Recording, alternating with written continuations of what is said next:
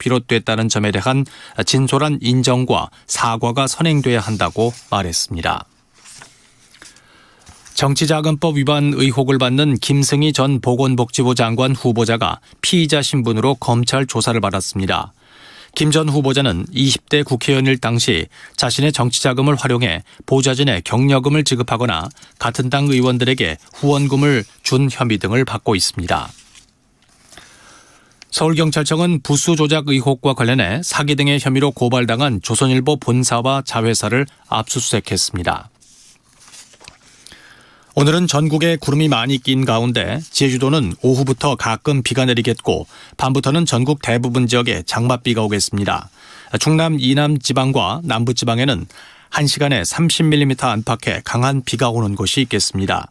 내일까지 예상 강수량은 남해안에 최대 80mm 이상, 그 밖에 남부 지방과 충청 남쪽 지역은 20에서 70mm로 예상됩니다.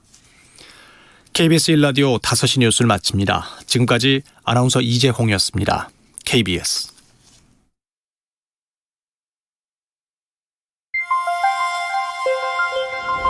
대한민국 중심 채널 KBS 1라디오.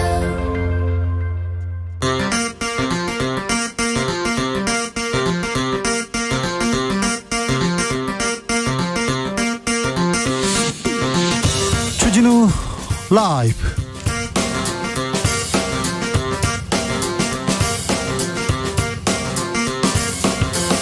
(2022년 7월 22일) 수요일입니다. 안녕하십니까, 주진우입니다.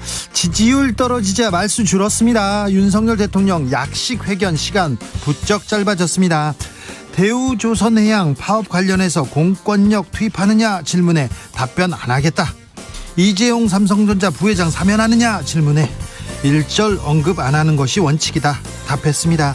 8.15 사면, 윤석열 정부 첫 특별 사면인데요. 대규모 사면이라는 이야기 나옵니다. 공동혁신구역에서 짚어봅니다. 7급에 넣어줄 줄 알았는데 9급이더라. 최저임금보다 조금 더 받고 서울에서 어찌 사느냐. 권성동 대표 직무대행의 발언 논란 커졌습니다. 9급 공무원 비하한다, 지방 비하한다, 질타 쏟아졌는데요. 결국 사과했습니다. 청년 여러분께 상처 줬다면 사과드린다, 이 조건을 달았습니다. 여전히 사적 채용, 여러 사람들이 대통령실에서 근무합니다. 어떤 능력인지 어떤 경력인지는 설명하지 않고 있습니다. 대국민 사과를 요구하면서, 대통령께 대국민 사과를 요구하면서 1인 시위를 하고 있는 고민정 의원 만나보겠습니다. 국회가 개점 휴업 52일 만에 일단 문을 열었습니다. 출발했습니다. 열었어요. 드디어 하반기 일정 교섭단체 대표 연설로 시작했는데요. 박홍근 민주당 원내대표, 김건희 여사가 실세다, 내각 인사 대참사다, 대통령의 권력 사유화는 꼭 대가 치른다면서 대통령 탄핵까지 거론했습니다. 권성동 대표 직무대행은 강하게 반발했는데요. 이슈 티키타카에서 짚어보겠습니다. 나비처럼 날아 벌처럼 쏜다. 여기는 주진우 라이브입니다. 오늘도 자중자애, 겸손하고 진정성 있게 여러분과 함께 하겠습니다. 윤 대통령 지지율 하락의 큰 축, 인사 참사, 사적 채용 논란, 이 부분 여러분께서는 어떻게 보시는지 의견 받아보겠습니다. 사적 채용 논란의 본질은 뭐라고 생각하십니까? 예전에도 그랬다고요? 예전과는 다른 점은 뭐라고 생각하시는지, 그리고 여러분이 생각하시는 공정에 대한 답도 좀 알려주십시오. 샵 9730, 짧은 문자 50원, 긴 문자는 100원이고요. 콩으로 보내시면 무료입니다. 그럼 주진우 라이브 시작하겠습니다.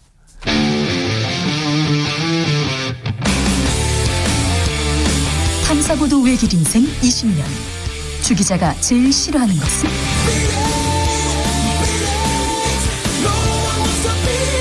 이 세상에서 비리와 부리가 사라지는 그날까지, 오늘도 흔들림 없이 주진우 라이브와 함께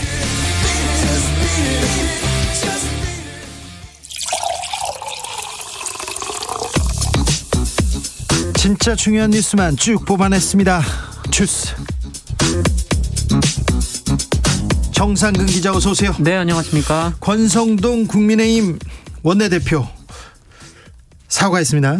네, 권성동 원내대표는 오늘 자신의 SNS를 통해서 이 사적 채용 논란에 대해 국민께 제대로 설명드리는 것이 우선이었음에도 본인의 표현으로 논란이 커진 것은 전적으로 본인의 불찰이라며 초심으로 경청하겠다. 설명이 부족했던 부분은 끊임없이 말씀드리겠다. 앞으로 국민의 우려가 없도록 노력하겠다라고 말했습니다. 네, SNS에다가 얘기했습니다. 직접 얘기하지는 않았어요? 네, 다만 이 논란의 핵심인 사적 채용에 대해서는 인정하지 않았는데요.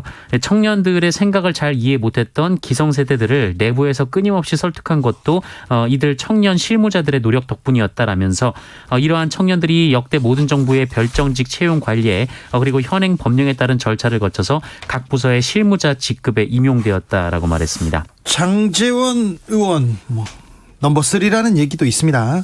대통령을 위해서 뛴 것에 대한 역차별이다 이런 얘기도 나옵니다. 그러면서 또 주장 굽히지 않는데 오늘은 시민사회 수석이 또 한마디 했네요. 네, 강승규 대통령실 시민사회 수석이 오늘 MBC 라디오 인터뷰를 통해서 이른바 사적 채용 논란에 대해 경제가 매우 위중한 상황인데 대통령실 채용 제도와 관련해 사실을 왜곡해 비판하는 것은 적절하지 않다라고 주장했습니다. 경제가 위중한데 비판하고 있다. 적절하지 않다요? 네, 강승규 수석은 또한 이 대통령실은 공개 채용 제도가 아니고 비공개 채용 제도, 소위 말하는 엽관제라면서 이 검증과 여러 가지 자질, 능력 등을 평가한 뒤에 채용을 했는데도 야당이 공격하는 것은 적절치 않다라고 주장했습니다.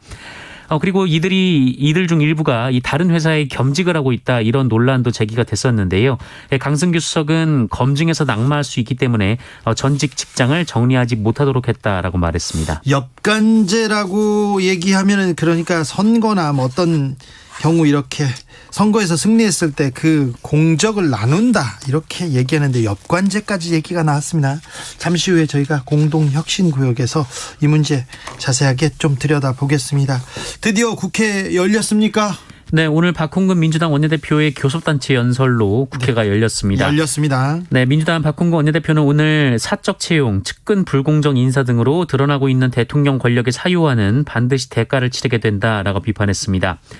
또한 김건희 여사를 겨냥해서 대통령도 어쩌지 못하는 권력의 실세라는 말까지 나와서야 되겠느냐라고 했고요. 또 박근혜 정부 시절 청와대의 공적 시스템을 무력화한 비선 실세 최순실의 국정농단은 헌정사상 초유의 대통령 탄핵으로 이어졌다라고 말했습니다. 네. 아울러 이 사적 채용 논란과 검찰 출신의 편중된 인사 문제 등을 거론하면서 윤석열 정부 대통령실은 이른바 검찰 출신 묵고리 육상시에 장악되었다는 비판이 제기된다 이렇게 주장을 했고요. 또 윤석열 대통령 지지율이 30%대 초반까지 떨어진 것을 두고도 정권 말기의 레임덕 수준이라고 지적했습니다. 김건희, 레임덕 그리고 또 대통령 탄핵도 얘기가 나왔습니다. 굉장히 강한 발언이었는데요. 국민의힘 강하게 반발하고 나섰습니다. 네, 허은하 국민의힘 수석대변인은 박홍근 원내대표가 대통령 탄핵을 경고했다라면서 169석의 이 거대 의석을 무기로 언제든 탄핵을 시킬 수 있다는 오만함을 느낀 것이라고 비판했습니다. 또한 협치의 의지가 있는지 묻고 싶다라고 주장했고요.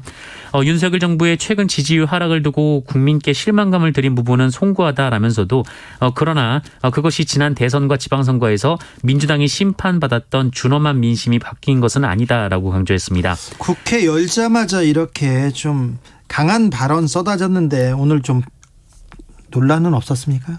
네, 다만 이 교섭단체 대표 연설은 비교적 차분한 분위기 속에서 진행이 됐는데요. 네. 박홍근 원내대표가 고강도 발언을 내놨습니다만 이 국민의힘 의원들 사이에서는 간간히 고성이 나왔을 뿐 이 회의를 방해하는 수준의 적극적인 항의는 없었던 걸로 전해지고 있습니다. 출근길에 기자들을 윤석열 대통령이 만났습니다. 사면에 대해서 물어봤는데 뭐라고 얘기했어요? 네, 오늘 오전 윤석열 대통령이 용산 집무실 출근길에 기자들과 만난 자리에서 이 재계에서 요청하는 이재용 부회장의 사면 계획이 있냐라는 질문을 받고 과거에서부터 사면 문제에 대해서는 어떤 범위로 한다든지 그런 것에 대해 일절 언급하지 않는 것이 원칙이다라고 말했습니다. 또 취임 후 첫 특별 사면이 될 8.15 광복절 특사 관련해서도 지금 상황에서 확인드릴 만한 내용은 없다라고 밝혔습니다. 네. 한편 이번 특사 대상에는 여권이 사면을 꾸준히 요구해왔던 이명박 전 대통령이 포함될 것이다라는 관측이 많고요. 또 이재용 삼성전자 부회자 등 주요 기업인 그리고 김경수 전 경남지사 등 일부 야권 인사에 대한 사면 가능성도 제기가 되고 있습니다. 검사 시절에는 재벌 사면에 대해서 대단히 부적절하다고 반대 목소리를 내기도 했었는데요. 그 검사 시절에 세웠던 원칙이 어떻게 변하는지 한번 지켜보시죠. 검사와 대통령은 다르다 얘기할 수도 있지만 윤석열의 원칙 어떻게 변화하는지 한번 지켜보겠습니다. 법사위원장 여당에서 맡게 됩니다. 네, 국민의힘은 오늘 후반기 국회 법제사법위원회 위원장으로 삼선의 김도우 의원을 내정했습니다. 알겠습니다. 탈북 어민 북송과 관련해서 이번에는 법무부가 나섰습니다. 네, 이 문재인 정부의 법무부가 지난 2019년 이 탈북어민 강제 북송 전에 이 법리 검토를 한 결과 강제 송환은 법적 근거가 없다라는 판단을 내렸다고 현재 법무부가 발표했습니다. 이 법무부는 2019년 11월 7일 정오 무렵 이 청와대로부터 탈북 선언 북송과 관련한 법리 검토를 요청받은 사실이 있다라고 밝히면서 당시 법무부가 이들에 대한 강제 출국은 법적 근거가 부존재하며 이 강제 송환은 논란을 야기할 수 있다는 내용으로 검토를 했다라고 밝혔습니다. 그러면서도 문재인 정부의 법무부는 어민들을 추방하는 것이 어쩔 수 없다는 취지로 청와대의 의견을 전달했다라고 밝혔습니다. 그때는 맞고 지금은 틀리다고요. 그런데 왜 지금 통일부도 그렇고 법무부도 그렇고 그때는 그렇게 했는데 잘못됐다고 지금 말을 바꾸는 걸까요? 배후에 뭐가 있는 걸까요? 네. 서해 공무원 피격 사건은 감사원이 전면적으로 나섰습니다. 네, 감사원이 서해 공무원 피사 사건의 보고와 처리 과정을 조사하기 위해서 국가안보실, 국방부, 해양경찰청 등 9개 기관의 현장을 직접 방문해 감사하는 실지감사 단계에 착수했습니다. 감사원은 지난달 17일 해경과 국방부 등을 대상으로 이 사건에 대한 감사를 시작한다라고 밝힌 바 있는데요. 네. 실지감사는 사전 자료를 모은 감사원이 이 대상 기관과 현장에 직접 방문해서 감사를 실시하는 단계를 말합니다.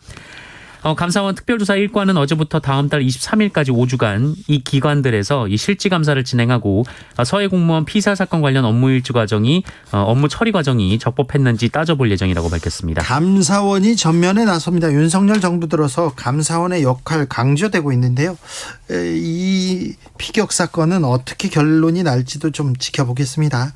대우조선해양 파업과 관련해서 노사 간 이견이 좀 좁히고 있는 모양입니다. 네, 대우조선해양 하청업체 노사가 파업 중에도 계속 대화를 이어가고 있는데요. 예. 이견이 좁혀지고 있다라는 소식이 전해지고 있습니다. 네. 노조는 이 조선업 불경기 당시 실질 임금이 30% 깎였기 때문에 이 조선업이 화랑을 맞은 지금 그만큼 임금을 다시 올려야 한다라는 입장이었는데요. 최근 협상에서 이 사측에서는 4.5% 인상, 노측에서는 5% 인상으로 폭을 크게 좁혔다고 합니다. 4.5 대 5%니까 조금 좀 합의를 볼 수도 있겠네요. 네, 그 외에도 이 노조 전임자 지정 등 노동조합 활동 인정을 두고도 노사가 적극적으로 의견을 나누고 있는 것으로 전해졌고요. 네. 또 이정식 고용노동부 장관이 오늘도 현장을 방문을 했는데 네. 오늘 오후 예정된 일정을 모두 취소하고 갔다라고 합니다. 이에 노동부 측은 사태 해결이 임박했다고 봐야 할 것이다라고 말했습니다. 해결될 것 같아서 좀 다행입니다. 그런데 이 파업의 본질이 조선업이 어려웠을 때 30%를 임금을 깎았습니다. 그런데 좀 나아지고 괜찮아지는데 5% 올린다니까, 조금 올린다니까 좀 더 올려주세요. 이 내용입니다. 하청 노동자들의 저임금, 고용 불안이 이 파업의 핵심인데 이 부분에 대해서 조금 사회적 고민이 필요한 것 같습니다.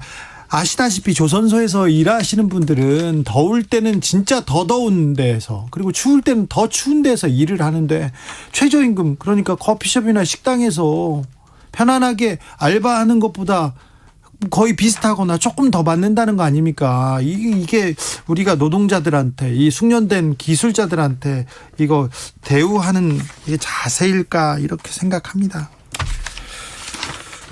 코로나 상황은 어떻습니까? 네, 오늘 코로나19 신규 확진자 수는 76,402명입니다. 어제보다 2,800여 명 정도 늘었고요. 네. 일주일 전에 1.9배, 2주 전에 3.9배에 달합니다. 예. 위중증 환자 수도 빠르게 늘고 있는데요. 96명으로 100명에 육박했고요. 이 병상 가동률도 오르기 시작해서 현재 16.4%를 기록하고 있습니다. 사망자는 12명으로 어제와 같았습니다. 사망자가 그렇게 많지 않고 위중증 환자도 그렇게 크게 늘지는 않고 있습니다만 조심하셔야 됩니다. 7만 명대 계속 되고 있습니다.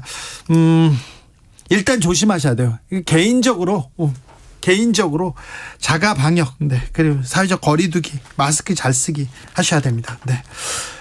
제주도에서 렌터카가 전복되는 사고가 발생했어요? 네, 오늘 새벽 3시 38분쯤 제주시 애월읍 고내리 해안도로를 달리던 소나타 렌터카가 전복됐다라는 신고가 119에 접수가 됐습니다. 이 사고로 10대 여성 1명, 20대 남녀 5명 등 관광객으로 추정되는 탑승자 7명이 크게 다쳐서 제주시의 병원으로 분산 이송됐는데요. 그런데 이 가운데 20대 남성 2명 그리고 여성 1명이 결국 숨졌고요. 4명이 중상을 입었습니다만 생명에는 지장이 없다라고 합니다. 큰 사고네요. 그런데 네, 이 소나타 차량의 승차 정원이 5명인데요. 네. 7명이 타고 있었습니다. 사고 당시 도내 모 게스트하우스에서 만난 7명이라고 하는데요.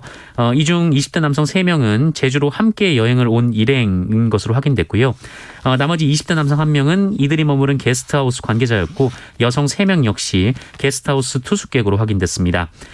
경찰은 교차로에서 좌회전하던 소나타 렌터카가 갓길에 있는 바위를 들이받고 전복된 것으로 보고 음주운전 여부 등 자세한 사고 경위를 조사하고 있습니다. 휴가 가서 끔찍한 일이 벌어졌네요. 휴가지에서, 네, 휴가철입니다. 휴가지에서 특별히 좀 안전을 위해서 조심하셔야 됩니다. 경찰이 조선일보 압수수색에 나섰습니다. 네, 경찰이 부수 부풀리기 의혹과 관련해서 사기 등 혐의로 고발당한 조선일보 본사를 압수수색했습니다. 서울경찰청 반부패 공공범죄수사대는 지난 15일 서울 중구에 소재한 조선일보 본사 그리고 조선일보 자회사인 경기 안양의 조선IS를 압수수색했습니다. 앞서 언론소비자주권행동, 민생경제연구소 등 시민단체들은 지난 3월 이 조선일보와 사장 발행인 그리고 한국 ABC협회 등을 사기, 보조금관리법 위반 등 혐의로 검찰에 고발한 바 있고요. 이들은 조선일보가 발행 부수, 유료 부수를 실제보다 많이 부풀려서 정부 보조금과 광고비를 부당하게 챙겼다라고 주장한 바 있습니다.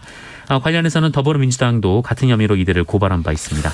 예전에 장자연 씨 관련 사건에서 조선일보 관계자들이 이렇게 조사를 받아야 되는데 경찰이 조선일보 사주는 무서워가지고 조사를 잘 못했어요. 그 막판에 이렇게 했었는데 그때 조현오 전 경찰청장도 기자들이 와서 협박하더라, 무서웠다 이렇게 얘기할 정도였는데 현 정부의 경찰은 조선일보에 어떤 태도를 보이는지 좀 지켜보겠습니다. 아직도 조선일보 무서워하는지도 좀 살펴보겠습니다.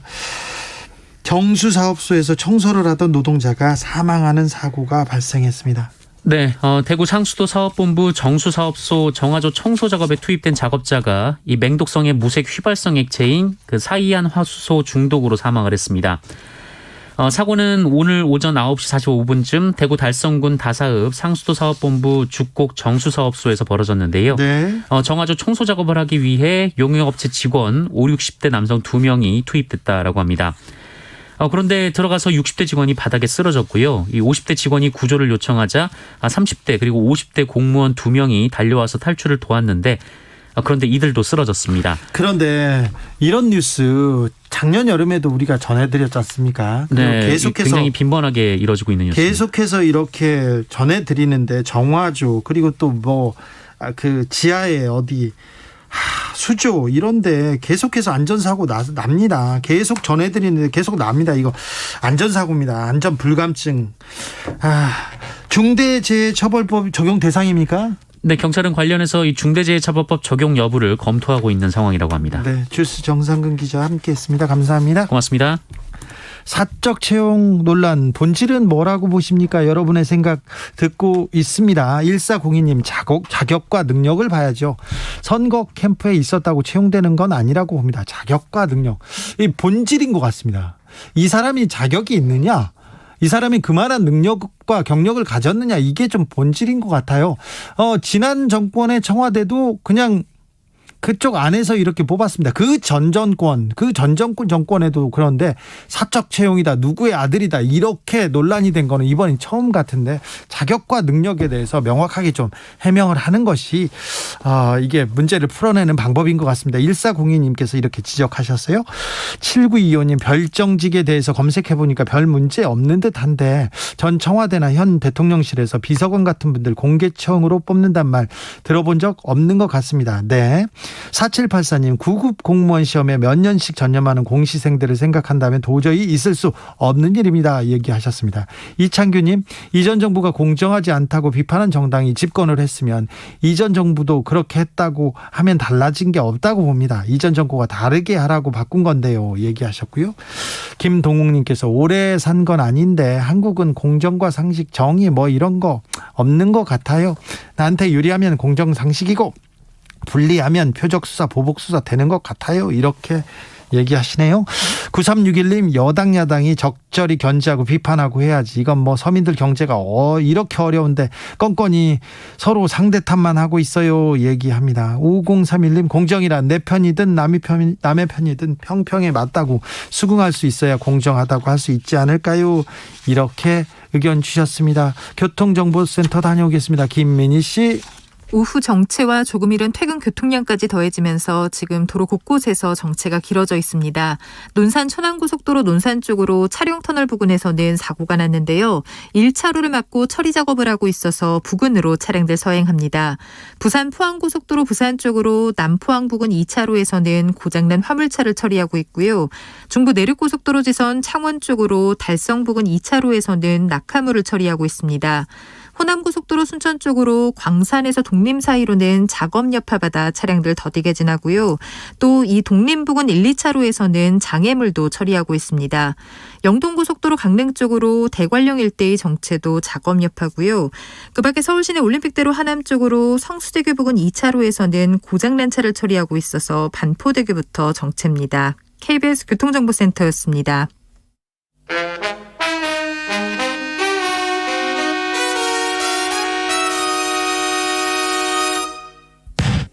주진우 라이브 돌발 퀴즈.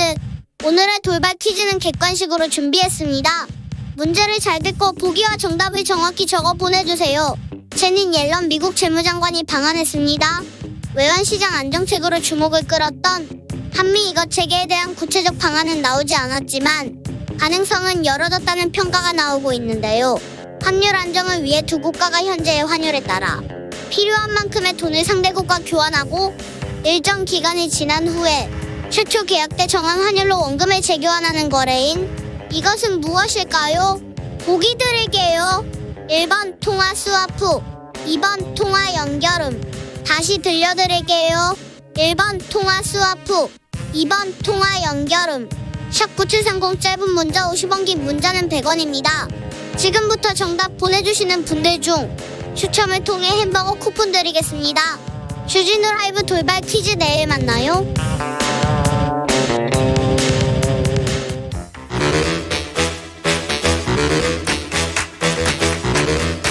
이것이 혁신이다. 여야를 내려놓고 관습을 떼버리고 혁신을 외쳐보다. 다시 만난 정치 공동 혁신구역. 수요일 주진우 라이브는 정쟁 비무장지대로 변신합니다. 자, 혁신에 대해서, 정치 혁신에 대해서 날선 공방은 환영합니다. 주진우 라이브가 지정했습니다. 여야 혁신위원장 두 분 모셨습니다. 천하람 국민의힘 혁신위원. 네, 전남 순천의 천하람입니다. 최지은 민주당 전 국제대변인. 안녕하세요, 최지은입니다. 네, 잘 계시죠, 최지은? 네, 잘 있습니다. 괜찮으시죠? 예, 고맙습니다. 네. 고민이 많으세요? 최근에 제가 저희 지역구 관련해서 네. 제가 조금 내려놓는 행보를 했기 때문에 지역분들께는 좀 송구하고 감사하다는 말씀을 드리고 저는 더 새로운 모습으로 진전하도록 하겠습니다. 전진하도록 하겠습니다. 그러니까 저는 이런 거 보면 우리 정치권이 뉴페이스 중독에 걸려 있는 것 같다는 생각이 들어요. 네. 사실 제가 최지은 위원장님의 생각에 동의하지 않는 부분은 많이 있지만, 근데 최지은 위원장님은 민주당에서 굉장히 좋은 인재거든요. 사실 네. 우리가 맨날 청년 정치 노래를 부르지만 사실 세계은행 출신의 젊은 인재를 민주당이 어떻게 많이 구할 수 없는 인재거든요. 네. 근데 그럼에도 불구하고 어찌 보면 민주당이 항상 새로운 인재 타령을 하면서 당내에 있는 인재의 소중함을 잘 모르는 게 아닌가. 뭐 그건 네. 저희 당도 마찬가지라고 생각합니다. 네. 원래 잡아놓은 집토끼는 물고기 뭐 그런 건가요? 집토끼 잡아놓은 네. 물고기는 신경 안 쓴답니다. 자, 국회가 일단 문 열고 출발했습니다. 다행입니다. 이제 국회가 일할 것 같습니까? 글쎄요, 아직까지도 뭐 여기 이 당 저 당 할 거 없이 내부 뭐 권력 투쟁이라든지 또 민주당 같은 경우에는 전당대회 이후에 또 새로운 지도부가 만들어지고 이런 것이 너무 큰 이슈가 되고 있어서 국회가 일을 해야 되지만 당내 정치가 지금 주류가 아닌가 생각이 네. 듭니다. 특별히 국민의힘 간장연대, 김장연대 계속 이렇게 나옵니다. 김장철도 아닌데. 네. 그런 얘기하죠. 간장철은 없어요. 그러니까 이게 이제 참 어려운 겁니다. 이게 사실은 제가 국회의원이라도 정책통이라고 불리면은 좀 서글플 것 같기도 해요. 그래요? 네, 예를 들어 막 열심히 정책 만드는 것보다 네. 뭐 예를 들어 한 번 형제는 영원한 형제다 이런 얘기 한 번 하는 게 훨씬 더 이제 언론에 대서특필 되니까 네.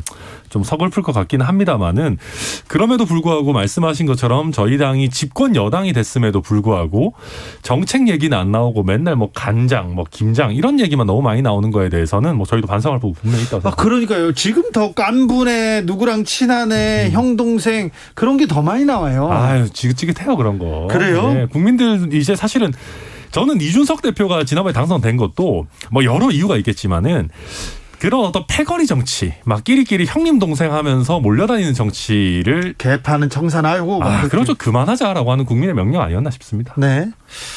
네.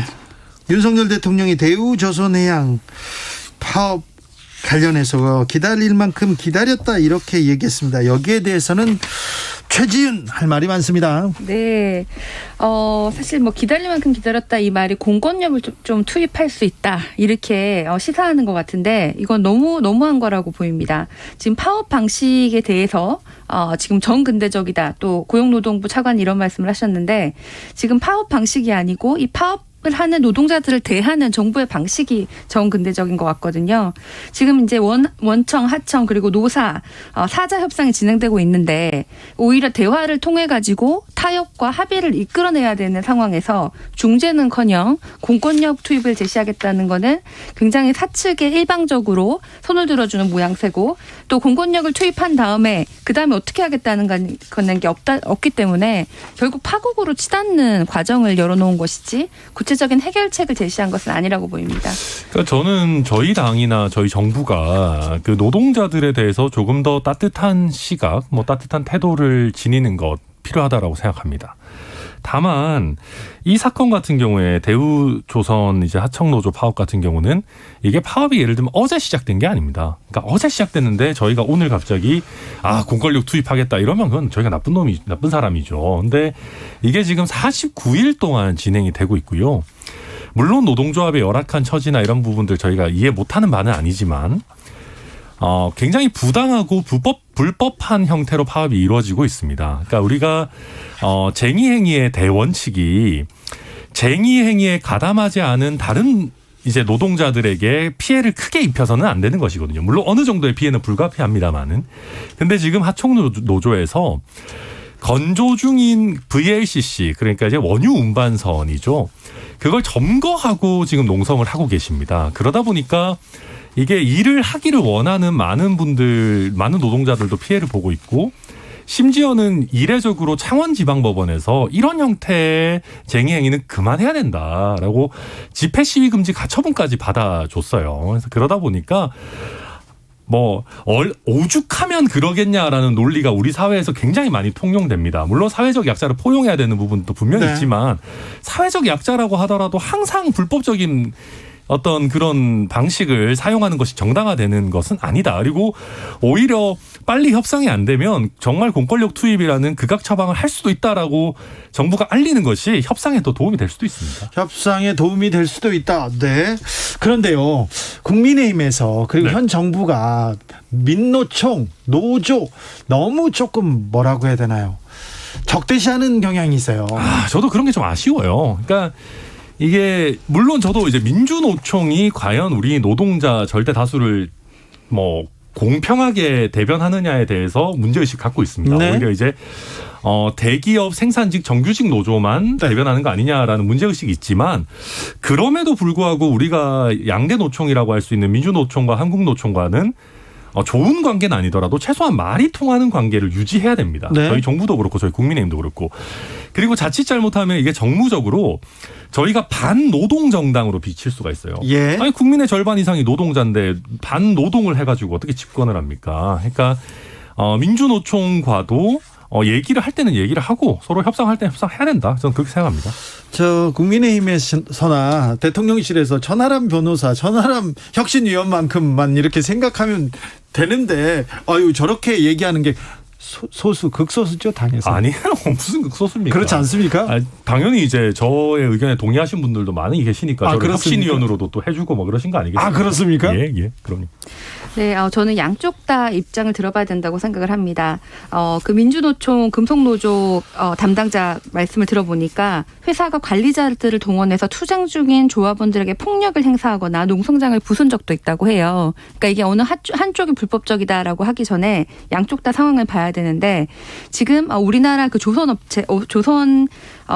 업계에서 생산의 80% 이상을 노동자들이 담당을 하는데 이때 특히 그 하청 노동자들이 굉장히 많은데 이 중에서 이런 하청 비정규직 노동자들은 정규직 노동자들의 한 60% 정도만 임금을 받고 있다고 하거든요. 네. 2014년에 당시에 비교했을 때 계속 이제 조선업계가 불황이다 보니까 노동자들에게 인내를 감수했고 네. 그래서 결국은 임금 실수력이 2014년보다는 30% 이상 줄었다고 해요. 그러니까요. 근데 이분들이 30%를 처음에 얘기를 했지만 지금은 많이 타협을 해가지고 10%까지 지금 요구가 낮아졌어요. 그래요? 그래서 지금 노동계에서는 계속 교섭을 하면서 타협을 하고 있는데 네. 사측에서는 아무런 그런 것도 없이 공권력을 투입하고 이건 불법이다라고 해버리면 중재가 안 되는 거 아닙니까? 그래서 양쪽 다 조금 중재를 해야 되고 윤석열 정부는 이런 데서 리더십을 보여줘야 되는데 해결책이 없다는 것이 굉장히 답답한 상황입니다. 이게 근데 이제 계속 진행 중인 협상이기 때문에 네. 아마 조금 팔로우를 하셔야 될 것 같은데 지금 사측에서 5% 인상 제한했고 노측에서 4.5% 플러스 거의 내년에 한 붙었어요. 10%를 추가로 인상하는 정도로 많이 이제 좁혀지고 있습니다. 그래서 아무튼 이게 협상이 계속 진행 중이다. 네. 테이블이 닫힌 게 아니다. 네네. 협상이 조금 근접했다니까 좀 지켜보자고요. 네. 신근섭님. 불법은 안 된다고 하면 소통될 수 있는 다른 방식을 좀 만들어줘야죠. 정부가 말입니다. 얘기합니다. 9734님, 주기자님, 대우조선 노동자들의 근무 어려움 충분히 공감합니다만 모든 노동자들의 업무는 힘들다고 생각합니다. 그렇죠. 모든 노동자들의 업무 힘들고 모든 노동의 가치는 존중되어야 된다고 생각하는 것이 주진우 라이브의 생각이기도 합니다. 9432님, 주기자님 커피숍에서 일하는 것도 힘들어요. 커피숍에서 일하는 노동자분들께서도 매우 고생하시고 훌륭하시다고 생각합니다. 네, 모든 노동자는 힘들고요. 모든 노동은 존중받아야 됩니다. 네. 이준석 대표는 지금 지방을 이렇게 도시는 것 같아요. 네, 맞습니다. 속내는 뭘까요? 일단은 본인이 좀 힐링도 되는 것 같고요. 예. 힘들었겠지 않겠습니까? 네. 여러 가지로.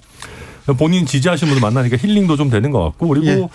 사실은 돈 안 쓰고 조직을 만든 하나의 방법을 스스로 증명해내고 있다라고 봅니다. 지금 네. 네. 자, 당원 가입해라 이렇게 올리고 그다음에 지방에서 누구 만나고 그러면서 나름대로 또 다지고 있네요. 그럼요. 네. 이게 수천 명 원래 조직 만들려면 어마어마한 돈이 드는데 네. 사실 그런 게 아니라 SNS라든지 본인의 어떤 인지도 이런 걸 활용해가지고 네. 거의 돈 한 푼 들이지 않고 각자 회비 내고 와가지고 이렇게 조직을 만든다는 게 참 대단한 일이죠. 어떻게 보면. 자, 세금으로 코인빚 갚아준다고 빚 갚은 사람만 바보냐 이게 공정인가 이렇게 보수적인 사람들 중에서도 그리고 청년들 중에서도 이거 어떻게 된 겁니까 얘기하는 사람들이 많습니다. 그러니까 저도 솔직히 이거 내용을 아주 구체적으로 알지는 못합니다만은 물론 우리 가계빚이나 이런 것들이 심각하고 또 특히 청년 같은 경우에는 빚의 늪에 빠지게 되면 재기하기가 어렵다는 거 저도 충분히 이해합니다. 그럼에도 불구하고 그러니까 125조 원 수준의 감면 대책을 만든다. 저는 이거 조금 과하지 않나라는 생각이 솔직히 들어요. 자. 예. 아무래도 이제 돈이라는 게 결국은 이게 하늘에서 떨어지는 게 아니고 세금이죠. 그러니까 세금은 그중에 아주 일부만 들어간다라고는 합니다. 뭐 그럼에도 불구하고 금융기관에서 그 재원들을 마련해서 뭐 탕감 계획을 만든다고 하면 결국 그 돈도 금융기관에 이용하는 여러 이용자들의 주머니에서 나오는 꼴이 되지 않겠습니까? 그래서 글쎄요, 뭐 이게 뭐 청년들의 빚 갚아준다, 뭐 듣기는 좋습니다만은 저도 솔직히 약간 씁쓸한 기분을 지울 수는 없습니다. 저는 윤석열 정부의 경제정책 전체가 아직까지도 비전이 불투명하고 엇박자를 계속 내고 있다고 생각을 하는데요. 일각에서는 그 경제팀이 재정 건전성을 굉장히 강조하고 문재인 정부 때 뭐 나라 국간이 바닥났다 이제 다시 채우겠다 그러면서 재정을 건전하게 하겠다 재정 준칙도 만들겠다 이렇게 하거든요. 그러면 결국은 세금을 더 많이 걷고 덜 쓰면은 재정이 건전해지는 겁니다.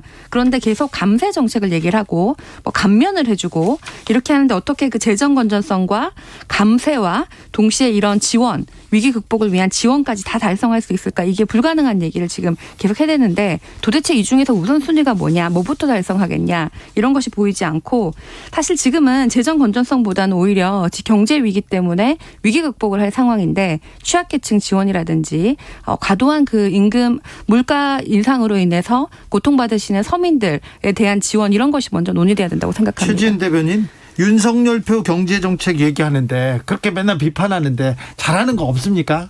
하나라도 잘하는 것부터 하나는 좀. 예, 저는 이번에 사실 제디 옐렌 미국 재무장관이 왔었을 때 뭐 외환 시장 안정을 위해서 실질적인 협력을 하자 그런 메시지는 굉장히 좋다고 생각을 합니다. 당장 이제 뭐 한미 통화 스와프라는 구체적인 얘기는 안 나왔지만 그런 가능성을 열어뒀다고 생각을 하고요. 네. 그동안 우리가 우리 뭐 경제 안보 얘기를 많이 하는데 한미 동맹이 기존의 안보에서 이제 금융까지 경제 안보가 금융까지 뭐 외환 시장까지 이렇게 확장한다 이런 메시지는 굉장히 좋지만 구체적으로 이것을 어떻게 할 것이냐라는 그 구체안도 좀 나와야 된다고 생각합니다. 구체적인 안은 없습니까? 네, 아직은 없습니다. 아니 뭐 또 그 협력의 물꼬를 열었고 이제 앞으로 이제 협력할 수 있는 방안들이 시장에 안정감을 주는 게 있죠. 그 네. 자체로 좋은 시그널이고요. 이게 지금 경제가 참 어려운 국면입니다. 왜냐하면은 정부가 확장적 재정 정책을 써서 시중에 돈을 많이 풀게 되면 겨우 이제 금리 올려가지고 물가 잡자라고 하는 게 또 이게 모순되는 정책으로 비춰질 수가 있어요. 그래서 뭐 코로나 초창기처럼 지금 정부가 돈을 푸는 데에 부담이 적은 국면이 현재 아닙니다. 물가 상승률 자체가 워낙 높기 때문에 그런 와중에서도 서민과 청년층이 이제 빛의 늪으로 빠져들지 않도록 하기 위해서 지금 뭐 고육지책을 저도 꺼내 놓은 것 같긴 한데 그럼에도 불구하고 최지은 위원장이 말씀하신 것처럼 조금 더 우선순위를 명확히 할 필요는 있다. 재정 건전성이라면 이걸 어떻게 달성할 건지. 그리고 감세를 하는 경우에는 그 감세분을 뛰어넘을 정도의 예를 들면 생산력 증대나 아니면 투자 증대가 생겨서 뭔가 이 세금에 있어서 크게 무리가 없을 거다라고 하는 부분들 국민들께 좀 설득이 돼야 될 것 같습니다. 권성동 대표 권한대행 이어서 박성중 의원 언론노조 출신이 언론 장악한다 공영방송 주무른다 계속해서 공영방송 때리기 나서는데 이거는 어떻게 보고 계십니까? 네, 뭐 저는 방송은 정말 중립성이 보장이 돼야 된다고 생각을 합니다. 여야가 누구든지 뭐 집권당에 따라서 저는 이런 얘기도 들었어요. 어떤 진행자는 오히려 뭐 이 대통령이 되면은 뭐 그 자리를 떠나야 될 수도 있다. 이런 소문도 들었는데 이런 것이 2022년 대한민국의 이 민주주의 국가에서 이런 언론 탄압, 여당의 그 힘 있는 세력의 특정인 편애 이런 것이야말로 정말 우리가 후진적인 민주주의를 보여주는 것이라고 생각하고 그런 일은 절대 없도록 제도적으로 그리고 우리 정치적으로 이런 것은 우리가 지켜봐야 된다고 생각합니다. 저는 저희 당이 이런 얘기는 좀 안 했으면 좋겠어요. 언론에 대해서. 그리고 일단 지지율이 요즘 흔들리고 있는데 언론들을 왜 적으로 돌립니까? 사실은 그 정무적으로 그냥 놓고 봤을 때도. 네. 그리고 저는 비판적인 언론들을 우리가 왜 그렇게 부담스러워하나. 정치 잘해서 깔 게 없도록 하면 되잖아요. 네. 아니면 덜 까도록, 깐다는 표현이 좀 너무 그런가요? 아니요. KBS에서. 그러니까 비판받을 일을 안 하면 되는 거잖아요. 정치를 잘하면 되는 것이고. 네. 이게 비판할 일이 아닌데 억지로 비판하면 요새 억가라고 하지 않습니까? 억가하면 오히려 국민들한테 다 그 알아요. 맛을 다 압니다. 네. 그래서 저는 요새 우리 국민들 수준이 얼마나 높은데 언론에서 억지로 깐다고 해서 속아 넘어가실 국민들이 아니다. 네. 그래서 우리가 뭐 언론들에 대해서 너무 이렇게 좀 부담을 가질 필요 없고 저희 국민의힘이나 저희 윤석열 정부에 대해서 비판적인 국민들이 많이 계신 만큼 언론들은 또 그 비판적인 국민들을 대신해서 묻는 것이거든요. 그래서 저는 뭐 여기에 대해서 뭐 우리가 언론과 각을 세울 필요는 전혀 없다 생각합니다. 네, 그런데 아무튼 언론과 국민의힘의 충돌이라고 봐야 되나요? 그런 또 양상은 계속되고 있습니다. 사면 이야기 물어볼 거 합니다. 자, 윤석열 대통령 오늘 뭐 사면에 대해서 일절 언급하지 않는 것이 원칙이다 이렇게 답했는데 8.15 사면 범위가 좀 넓어질 거라고 계속 얘기가 나옵니다. 그러니까 저는 두 가지로 봅니다. 민생 범죄, 그러니까 정말 생계형 범죄, 네. 뭐 이런 부분들에 대해서 범위 넓게 사면하는 걸 누가 뭐라 그러겠습니까? 네네. 뭐 지금 또 경제 상황도 안 좋고 여러 가지 네. 그런 분들에 대해서 폭넓게 사면한다, 뭐 다 좋습니다. 네. 근데 지금 이제 나오는 거는 결국 이명박 전 대통령, 그다음에 김경수 전 지사, 그다음에 이재용 부회장, 네네. 이분들에게 우리가 포커스가 맞춰져 있는 것 아니겠습니까? 저는 뭐 지난번에 우리 주진우 라이브 와서도 말씀드렸지만. 아니 이분들 사면한다고 해서 국민 통합이 되는 건가? 네. 그러니까 사실은 사면을 놓고 오히려 국민 분열이 되는 것 같아요. 이거 사면하기도 전부터. 네. 사면하느니 마느니 뭐 누구는 하고 누구는 하지 말아야 되느니 이런 것들을 보면 저는 솔직히 말해서 정치인과 경제인에 대한 사면 결정은 매우 신중해야 되는 거 아닌가 뭐 그렇게 네. 봅니다. 그리고 저는 지독히 정치적인 판단이 관여될 것이라고 생각을 합니다. 지금 지지율이 굉장히 낮은데 사면을 하면서 좀 지지율 반전을 꾀할 수도 있고 그러면 결국은 지금 법인세라든지 민간주도 성장 이런 걸 얘기를 하는 윤석열 정부에서는 이재용 부회장을 뭐 사면하는 것이 좀 일맥상통하는 면이 있다고 생각을 하거든요. 그래서 그런 면에서 아마 할 수도 있지 않을까라고 보이는데 뭐 저는 뭐 개인적으로 김경수 지사라든지 이런 분은 좀 사면됐으면 하는 개인적인 바람은 있지만 그럼에도 불구하고 이게 공정한 잣대라든지 정치적 유불리를 떠나서 국민 정서에 또 맞는 그런 방향을 찾아야 된다고 생각합니다. 그러니까 저는 저희 당이 친기업 정당인 것을 부인할 생각은 없습니다. 네. 저는 당연히 저희는 성장을 중시하는 저희 보수 정당이고, 근데 저희가 말하는 친기업이라는 게 재벌 대기업에 한정되면 곤란한 것이거든요. 네네. 아니, 사실 우리가 스타트업이나 중소 중견기업에 대해서 훨씬 더 좋은 어떤 기반을 마련해 줘야 되고. 그중에 굉장히 중요한 요소가 재벌 대기업이 잘못을 했을 때 우리가 엄정한 태도를 보여줘야 되는 겁니다. 그 기업을 편드는 것까지는 이해가 되는데 기업이 아니라 사주만 편들 때가 많이 있거든요. 그럼요. 오너에 대해서 특히 오너의 불법 행위가 드러났을 때 네. 저희가 거기에 대해서 감싸는 온정주의적인 태도를 비치게 되면 이거는 보수 정당의 근간이 흔들리는 거예요. 네. 그러니까 저희는 이 시장의 질서를 잘 지키는 어떤 제도를 잘 지키는 쪽으로 가야지. 네. 특정 사주 몇몇을 도와준다. 이거는 뭐 저희 당의 어떻게 보면 노선이 될 수도 없고 되어서도 안 되는 거죠. 지금 이재용 부회장이 구속되었던 이유 그리고 지금 재판받는 이유가 삼성의 이익을 위해서 뭐 경제활동을 한 게 아니라 사주의 이익을 위해서 삼성이 피해를 보는 삼성의 이 회사의 이익을 사주가 이렇게 약탈하는 그런 의미 때문에 이렇게 사법 처리를 됐는데 그 부분에 대해서 천하람 변호사가 법적으로도 따끔하게 이렇게 짚어주셨습니다. 김미경님께서 윤 정부 여당 경제 살리는 거 좀 해주세요. 우리 경제 응급실 가기 일보 직전입니다. 이렇게 얘기합니다. 경제 민생에 대한 얘기가 조금 부족한 것은 사실인 것 같아요. 그래서 저는 대통령께서 이번에 스타 장관 말씀하신 거가 아주 잘하셨다라고 생각합니다. 그래요? 왜냐하면은 대통령이 오늘도 말씀하셨지만은 본인이 안 보여도 되니까 일 잘하고 이런 사람들 좋아한다 원래도 네. 얘기하셨잖아요. 그게 사실은 정답입니다. 그래서 다만 제가 여기서 스타 장관에 대해서 한마디 하자면은 한동훈 이상민 장관이 스타 장관이 되면 저희 정부에게 굉장히 안 좋은 겁니다. 그렇죠. 예, 민생을 다루는 추경호 부총리, 원희룡 장관 이런 사람들이 스타 장관이 되면 말씀하신 것처럼 저희가 경제와 민생을 챙기는 정부가 되는 것이거든요. 그런데요, 경제 민생 장관들이 보이지 않았어요 지금껏. 그리고 지금도 보이지 않아요. 뭐 열심히는 하고 있어요. 열심히 그래요? 하고 있고 뭐 원희룡 장관 같은 경우도 이제 뭐 GTX나 뭐 아니면은 뭐 재건축 초과이익 환수나 이런 것들 이슈 던지고 있는데 이제 뭐 조금 뭐 몸 풀었으니까 지금부터 실력이 나오지 않을까. 김배공님께서 네. 천하람 위원장 방송에서 좋은 얘기 많이 하시는데 당내에서도 좀 많이 해주시길 부탁드립니다. 얘기합니다.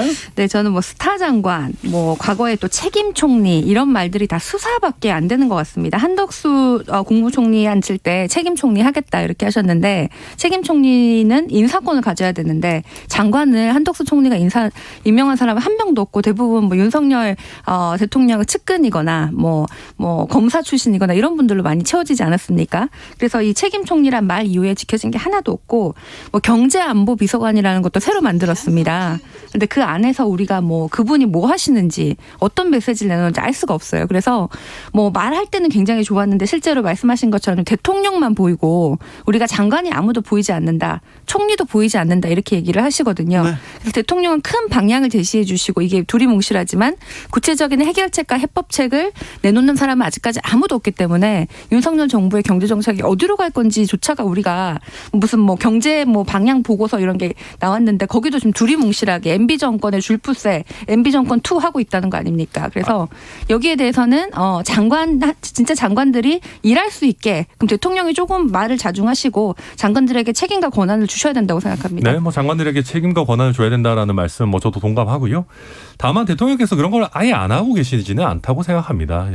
이제 지금 사실 우리 정부가 이제 출범한 지 한 2달 정도 됐습니다. 그리고 장관들이 각자 업무를 개시한 것은 사실 그거보다 더 짧은 시간이고요. 그렇다 보니까 아직 뭐가 나온 게 없지 않냐라고 독촉하시기엔 조금 이른 시기라고 생각하고, 그다음에 저희 경제팀 같은 경우에 뭐 줄푸세라고 하셨지만 사실 민간 주도로 성장을 가져가야 된다. 민간에서 양질의 일자리가 나와야 된다라는 게 사실 또 정론 아니겠습니까? 과거에 네.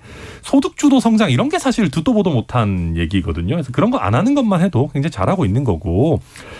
다만 아까도 말씀드렸듯이 지금의 경제 환경이 물가는 오르고 오히려 생산성은 떨어지는 굉장히 복잡한 그런 경제 환경이기 때문에 여기서 정부 당국자들이 제대로 된 면밀한 검토 없이 갑자기 재정 풀어가지고 뭘 하겠습니다 이런 식으로 하다 보면 더 망할 수도 있다. 그래서 조금 시장을 파악하고 있는 단계일 거다. 저는 그렇게 봅니다. 8891님께서 국민들 현명합니다. 어느 방송이든 알아서 찾아듣고 알아서 판단합니다. 국회는 민생에 전념해 주세요. 이렇게 얘기합니다. 7554님께서 저는 춘천 사는 40대 민주당 지지자 주부인데요.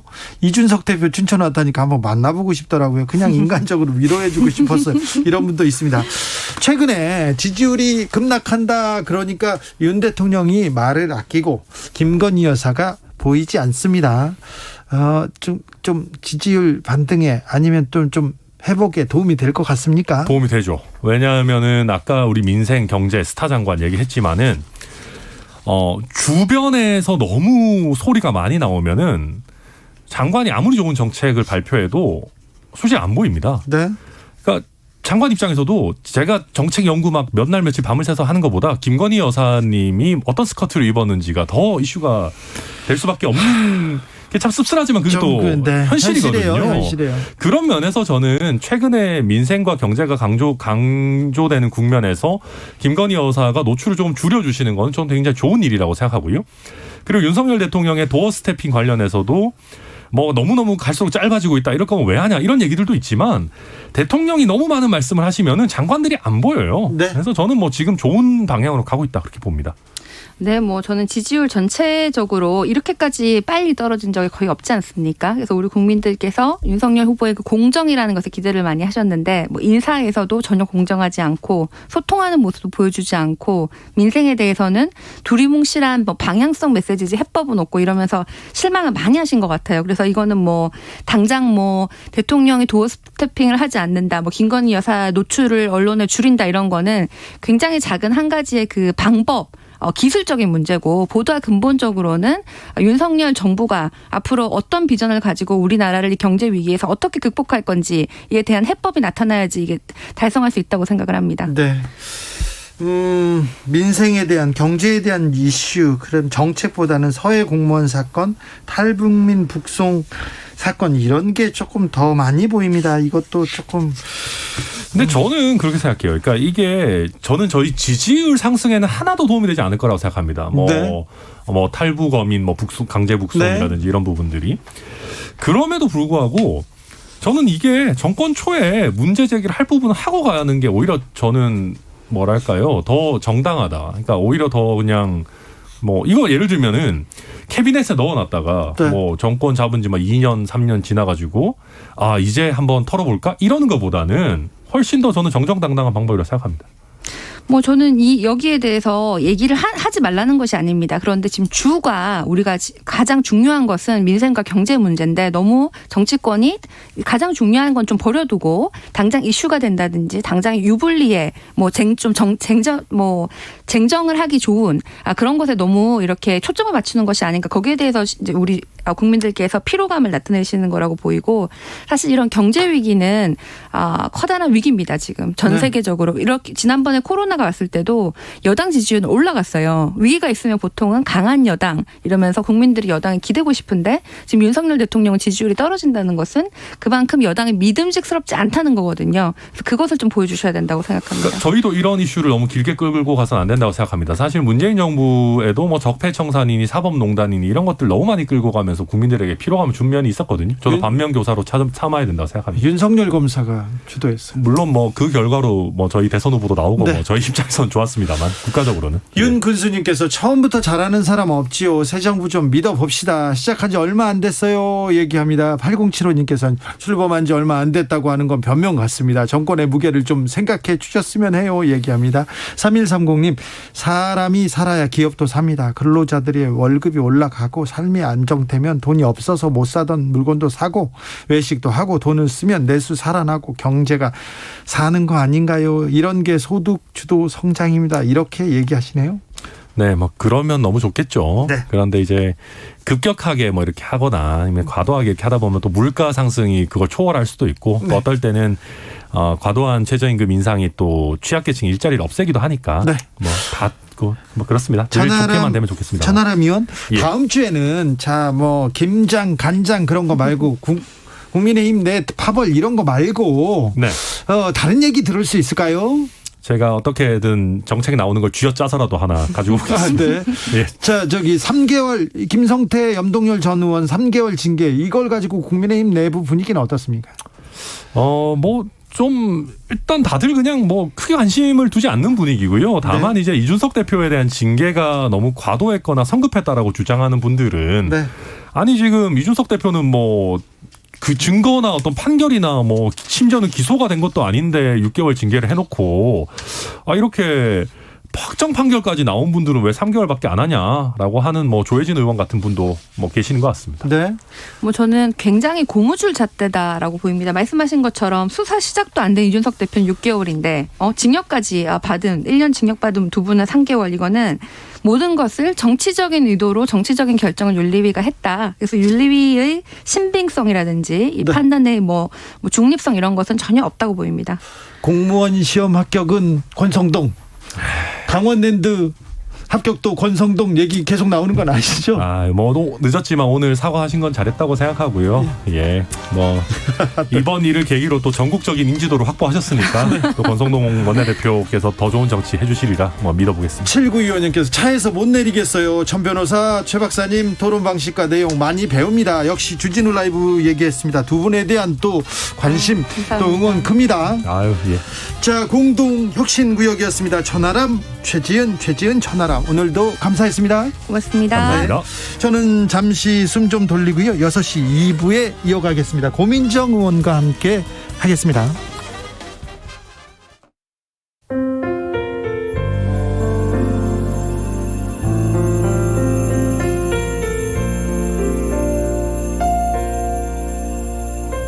KBS 라디오 연중기획 희망충전 대한민국 491번째 이야기. 안녕하세요. 아나운서 이현주입니다.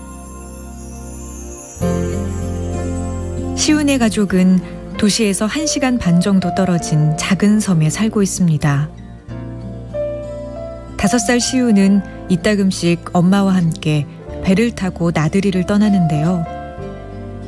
두 사람의 목적지는 발달 지연 판정을 받은 시우가 언어 치료를 받을 수 있는 치료실입니다. 늘 비슷한 여정이지만 세상과 소통이 부족한 시우는 치료실에 가는 날이 그 어느 때보다도 즐겁습니다. 우울증에 시달리는 엄마는 시우를 비롯한 삼형제를 키우면서 몸과 마음이 꽤 지쳤는데요. 그래도 치료를 받을 때마다 조금씩 나아지는 시우 덕분에 힘이 납니다. 시우네 가족이 더 힘을 낼 수 있도록 여러분이 따뜻한 격려를 보내주세요.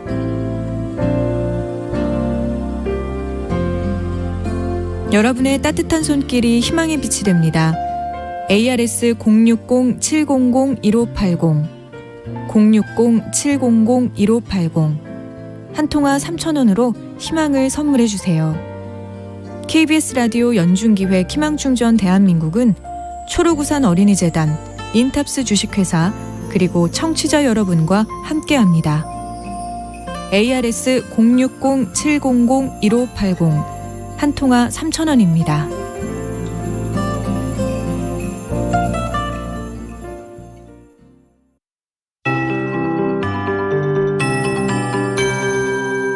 KBS 58분 날씨. 오늘 밤부터 전국 대부분 지역에 차차 비가 시작돼 수도권과 충남은 내일 새벽까지, 강원도와 충북, 남부지방은 내일 낮까지 비가 오는 곳이 많겠습니다.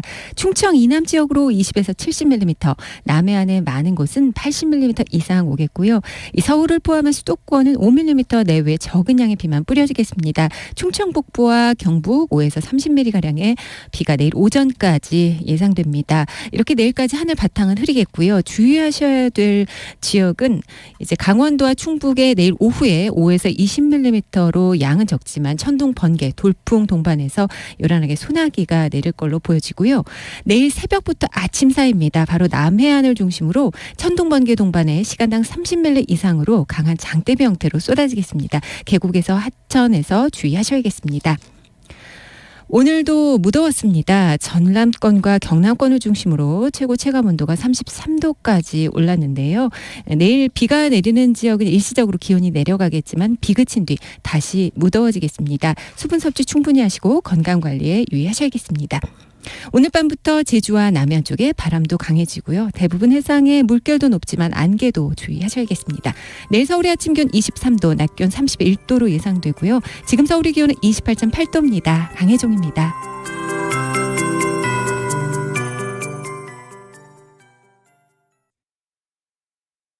정성을 다하는 국민의 방송 KBS가 6시를 알려드립니다.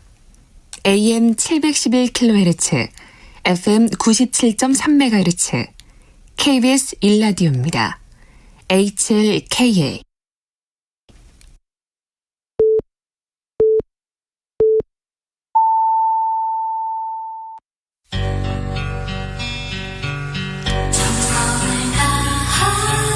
정성을 다하는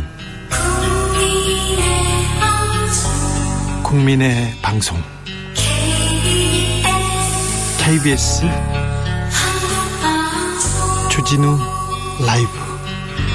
그냥 그렇다고요. 이 시각 라디오 정보센터 뉴스입니다. 방역당국은 이번 재유행 정점에서 하루 확진자가 30만 명 수준까지 늘 수 있다고 보고 병상을 약 4천 개 추가 확보하고 코로나19 검사수를 확대하는 등 추가 대책을 발표했습니다.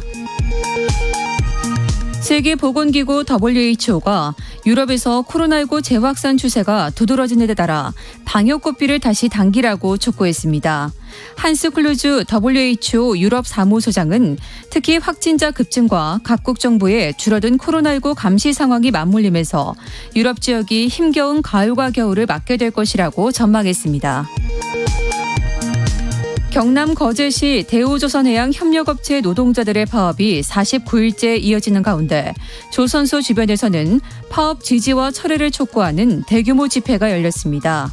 이정식 고용노동부 장관은 어제에 이어 오늘도 이틀 연속 거제 파업 현장을 찾았습니다. 부동산 매매 시장에서 유례없는 거래 절벽 현상이 지속되는 가운데 올해 들어 서울 지역 부동산의 임대차 계약이 폭증한 것으로 나타났습니다. 지난해 상반기 임대차 거래량 대비 31.1% 증가했는데 특히 전세의 월세화 경향도 뚜렷해져 사상 처음으로 월세 거래량이 전세 거래량을 뛰어넘었습니다. 지금까지 라디오 정보센터 뉴스 정한나였습니다. 재난 속보 알려드리겠습니다. 서해안 고속도로 비탈면 보강공사에 따라서 목포 방향 일로 인터체인지에서 중림 인터체인지 구간에 7월 20일 16시부터 7월 22일 24시까지 통행을 차단할 예정입니다. 도로 이용자께서 인근 국도 및 지방도로 우회하여 주시기 바랍니다.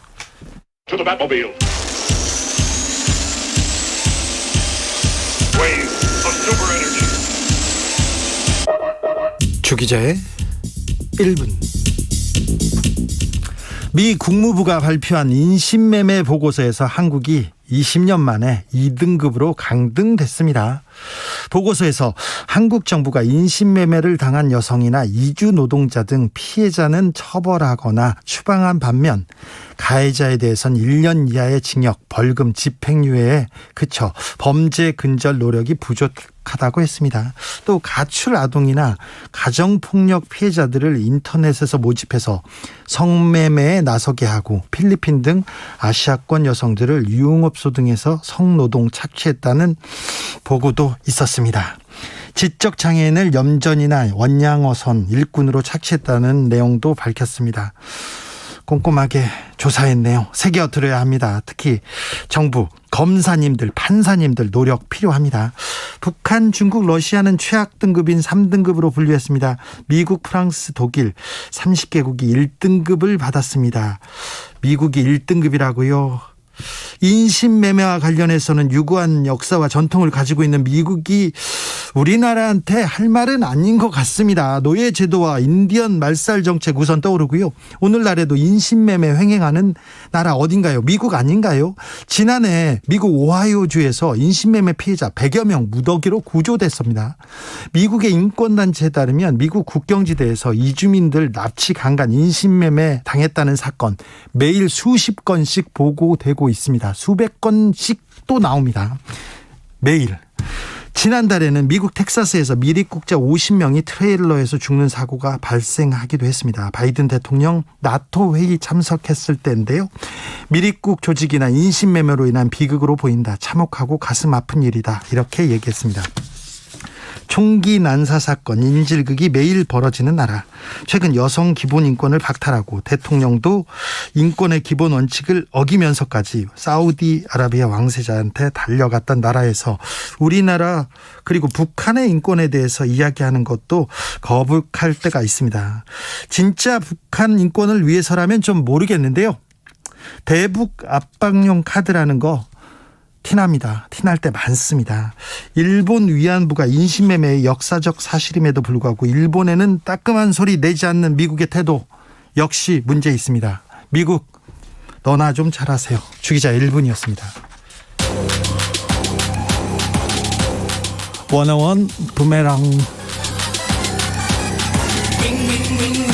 부메랑.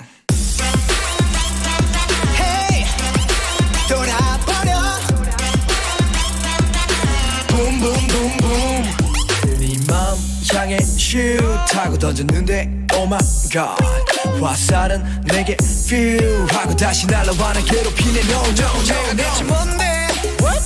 나를 미치게 해 나도 나름 괜찮은데 hey. 어떻게 너는 나를 작아지게 하는 거지 I don't know no 네 얼굴 행동 하나하나 다 Love it no no no no no no no no no 나를 봐 나만 봐 내 옆에만 꼭 붙어 있어줘 그대여 가지 마세요 Wing wing wing wing Boomerang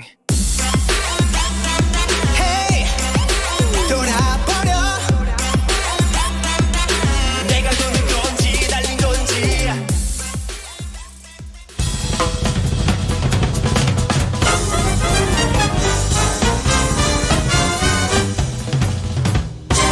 훅 인터뷰 인터뷰. 모두를 위한 모두를 향한 모두의 궁금증 훅 인터뷰. 윤석열 대통령이 외가 6촌 있었고요. 40년 지기 황씨 아들, 우씨 아들도 있었네요.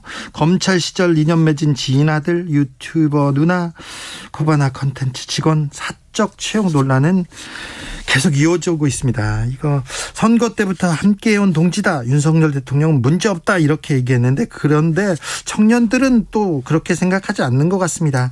윤석열 정부 사적 채용 문제 있다. 1인 시위하시는 분이 있습니다. 고민정 더불어민주당 의원, 안녕하세요. 네, 반갑습니다. 1인 시위하셨어요? 네, 어제도 하고 오늘도 하고. 더운데요? 처음엔 좀 외롭고 덥고 그랬는데 네. 시간이 가면 갈수록 사람들이 막 응원해 주시더라고요. 그래요? 길 가다가. 네. 네, 차 속에서도 막 그 소리쳐 주시고. 네. 뭐가 문제라고 1인 시까지 나섰습니까? 제가 누구보다 대통령실의 구조를 잘 알잖아요. 대변인 했죠. 굉장히 심각한 문제가 너무 많이 산적해 있습니다. 네. 다 한꺼번에 하나로 정리하기가 어려울 정도인데, 지금 현재 나와 있는 거는 이 사적 채용 논란인데요. 네. 처음 시작은 민간인 수행원부터 시작을 했죠. 예. 그리고 친인척을 채용을 했고요. 예. 그 이후에 황씨, 우씨 아들, 지인들의 아들, 그리고 코바나 콘텐츠 직원들. 그러니까 이런 문제가 동지이기 때문에 괜찮다라고 하는 건 대통령으로서 굉장히 무능하고 무책임한 말이라고 생각을 합니다. 예. 본인과 국정 운영을 국정 철학을 같이 하는 사람들과 함께 할 수는 있는데, 다만 조건이 있죠. 그 사람의 능력이 다른 사람에게도 인정이 될 수 있어야죠. 그렇죠. 왜냐하면 그거는 그냥 어떤 회사 사장님이 자기 비서실 꾸리는 거 아니거든요. 나라를 운영하는데. 그럼요. 대통령이라는 하나의 기관을 가장 근접하게 보좌해야 할 아주 최고의 엘리트 그룹들이, 혹은 그런 사명감을 갖고 있는 사람들이 모여 있는 게 대통령실이기 때문에, 그러한 능력이 얼만큼 검증된 사람이냐라는 걸 계속 묻고 있는 겁니다. 아, 그렇습니까? 그런데요, 참 착하기로 그리고 순하기로 유명한 고민정 의원이 1인 시위를 할 정도로 심각합니까? 네. 저는 너무 복장이 터져서 가만히 있을 수가 없을 정도였고, 아무리 얘기를 해도요, 대통령실에서 어떠한 자료도 지금 나오고 있질 않습니다. 자, 그런데 여기서부터 질문합니다. 네.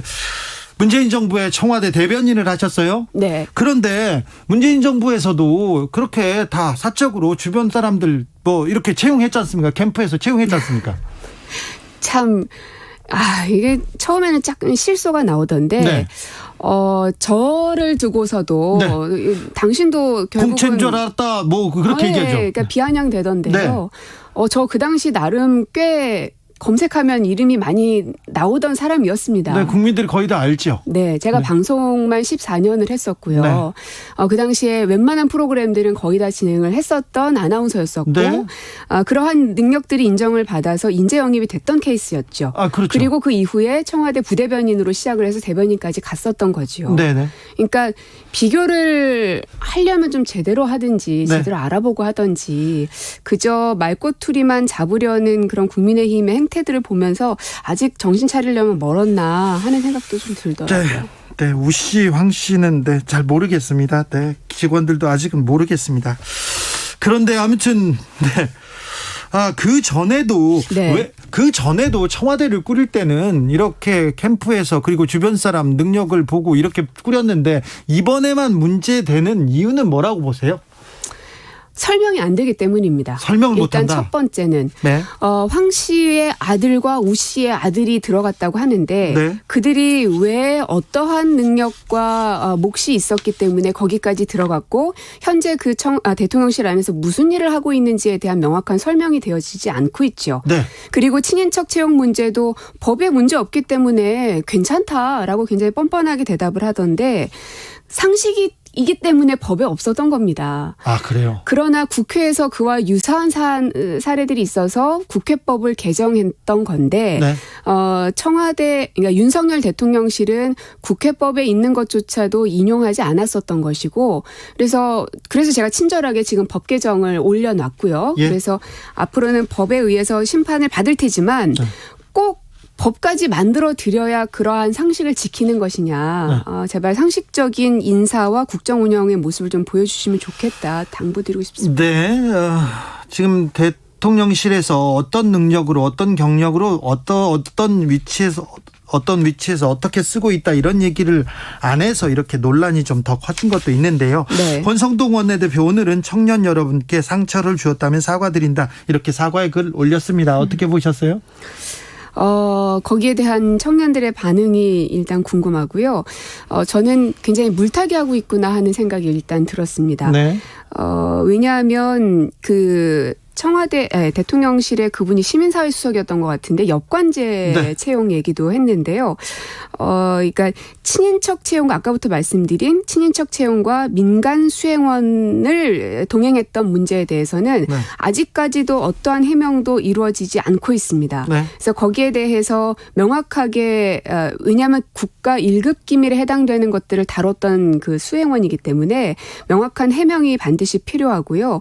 그리고 아까도 말씀드린 왜 그 사람이 그러한 능력을 보여서 그 자리까지 갔는지에 대한 내용이 있어야 되는데 네네. 단지 동지여서 엽관제니까 이런 이야기로는 국민들의 그 의혹들을 해소하기에는 너무나 역부족이죠. 6688님께서 대통령실에 근무하는 공무원은 별정직으로 한시적으로 채용하는 임시 공무원입니다. 그보다 미래의 국가를 위한 건설적인 정책 이야기하면 좋겠고 매일매일 꼬투리 잡는 비판하는 언론들 때문에 짜증도 납니다. 이렇게 얘기하는데 네.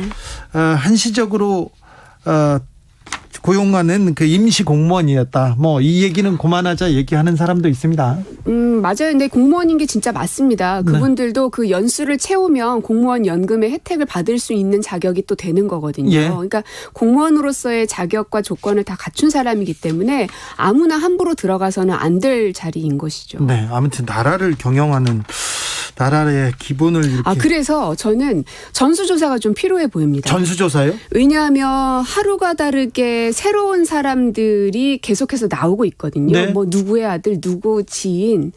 이게 지금 한두 명이 아니기 때문에 도대체 얼마나 더 많은 지인들이 있는가. 예. 이러려면 결국 전수조사가 필요한 거 아닌가 싶습니다. 그러네요. 필요한 것도 같습니다.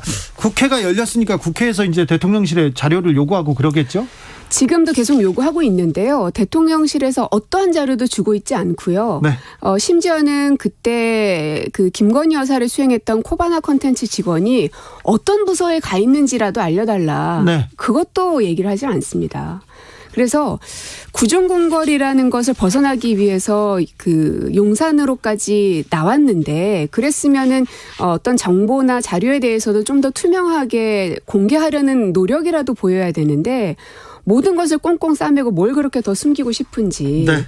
그러니까는 자꾸 국정조사라도 해야 되는 거 아니냐라는 국민들의 목소리가 보물 터져 나오는 거죠. 네. 언론인 출신 국회의원입니다. 간판 아나운서로 뭐 오랫동안 활동하셨고요. 언론인으로서 대표적인 언론인으로서도 활동했으니까 좀 물어보겠습니다.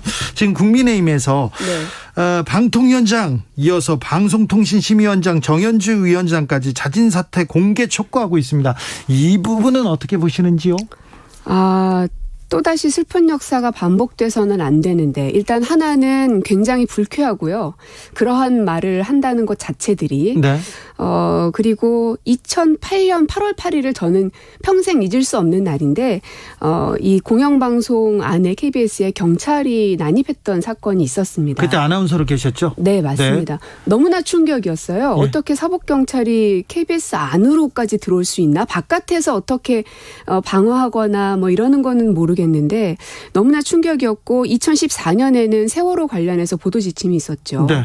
그것들을 없애기 위해서 수많은 이 눈물 섞인 나날들을 보내온 역사가 있는데 그래서 지금은 명실공히 대한민국의 언론의 자유지수가 굉장히 많이 높아져 있는 상태입니다. 네. 그런데 이것을 한순간에 다시 10년 전, 20년 전으로 되돌리겠다라는 그런 시도와 의도들을 보이고 있는 국민의힘에 대해서 굉장히 유감을 표하고요. 그리고 이제 MBC, KBS에 대한 도를 넘어서고 있는 비판의 말들에 대해서는 저는 분명히 사과를 받아야 된다고 생각합니다. 네. 공영방송 장악한 민노총, 언론노조 민노총에 대해서 이렇게 장악됐다 이런 얘기는 어떻게 보세요? 전 민노총 그러니까 민노총에 가입돼 있었습니까 예전에? 그렇죠. 이제 KBS 당시에 이제 제가 있었던 노조가 이제 민주노총, 언론노조 산하로 있었기 때문에 그러나 이게 저는 단순히 방송 장악만을 그 의미하는 게 아니라 전체적인 노동 탄압이라고 생각합니다. 지금 이제 거제 조선소 같은 경우에도 그야말로 이제 공권력을 투입하는 게 하루 이틀 날짜만 나오면 된다 정도까지 지금 가 있거든요. 그래서 노동에 대한 윤석열 정부의 기조와 방향이라는 것이 이런 것이구나. 이게 쌓아 올리기는 어렵지만 무너뜨리기에는 너무나 한순간에 쉽기 때문에 이제는 야당인 민주당이 소명이 생긴 겁니다. 네. 민주당이 단순히 잘해서 정권을 다시 잡고 민주당이 인기 있는 정당으로 자리매김하는 게 저희의 숙제가 전혀 될 수 없고요. 네. 이러한 노동 탄압과 방송 장악에 대해서 분연히 맞서 싸울 수 있는 하나의 큰 축이 민주당으로서 되지 않는다면 이 나라의 균형축이 무너질 거라고 생각이 들어서요. 네. 민주당의 소명을 꼭 잘 지키도록 하겠다 말씀도 드리겠습니다. 민주당의 소명을 얘기하셨는데 그래서 민주당의 소명 그리고 민주주의와 민생 태보를 막겠다면서 최고위원 선거에 출사표를 던졌습니다. 네. 왜 최고위원입니까? 당대표 아니고? 그러게요. 지금 말씀드렸던 더 이상의 민주주의에서의 퇴보를 막고 싶은 마음이 너무나 크고요. 네. 또 민생에 있어서는 현장에 가보면 전 내일도 이제 연세대 청소노동자 파업에 같이 동참하기로 했는데 이런 곳들에 가보면 그 옆에는 늘 민주당이 있었는데 지난 몇 년 동안에는 그게 좀 부족했던 것 같습니다. 네. 그래서 앞으로는 현장에서 더 많이 함께 울고 웃을 수 있는 민주당이 돼야겠다. 그래서 제가 앞장서겠다 하는 것이고요. 네. 또 하나는 저는 반윤의 기치를 명확하게 세우면서 앞으로 나아가려고 합니다. 지금까지 많은 그 다툼들이 언론상에서도 보여졌을 겁니다. 그 국민의힘과. 그런데 이제는 정부 여당인 윤석열을 잘 견제하지 않으면 대한민국의 기초가 흔들리기 때문에 정확한 공격수로서 윤석열 정부를 견제하는 제1의 공격수가 되겠다 하는 다짐을 합니다. 네, 윤석열 정부 실망스럽다. 그런데 민주당 아직도 실망스럽다. 마음 주기 싫다. 민주당에 대한 비판도 좀 큰 것도 사실입니다. 이 부분은 어떻게 하시겠습니까? 그래서 씨앗을 만들어주시면 좋겠다는 겁니다. 5년 후, 10년 후를 내다봤을 때 그 당의 미래가 보이면 그래도 좀 할 맛이 나거든요. 네. 내 삶도 그렇잖아요. 5년 후에 내가 미래를 그려볼 수 있으면 조금 살 맛이 나는 것처럼 민주당의 5년 후, 10년 후에 더 나은 비전을 보여줄 수 있기 위해선 저와 같은 새로운 씨앗들을 심고 가꾸는 것도 필요하다는 생각이 들고요. 그래서 당원들께서도 또 국민들께서도 그러한 저의 역할을 혹시 인정해 주신다면 저를 꼭 최고위원으로 당선시켜 주십사도 말씀드리고 싶습니다.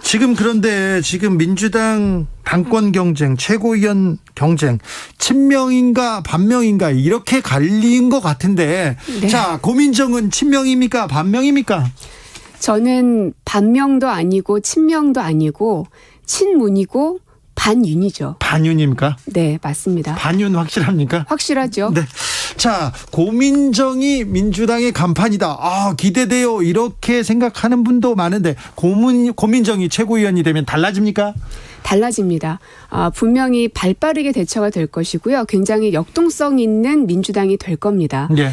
그리고 여성이고 또 젊고 그런 활력들이 민주당 안에서 이 젊은 피가 돌아가는 것처럼 혈액순환이 되는 역할을 제가 할 수 있을 거라 생각하고요. 그리고 고민정 같은 사람이 이 민주당 안에 있어야지 더 다양성들이 확보될 수 있지 않겠냐라는 얘기도 많이 하세요. 그래서 그런 역할들도 해야 한다고 생각합니다. 그렇습니까? 네. 당대표가 중요한 게 아니라 지금 최고위원 선거가 중요합니까? 고민정이 더 중요합니까? 저에게는 최고위원 선거가 제일 중요합니다. 그렇습니까? 예. 자, 자신 있습니까? 자신 있습니다. 네. 모든 선거는 자신감에서부터 시작한다고 생각하고요.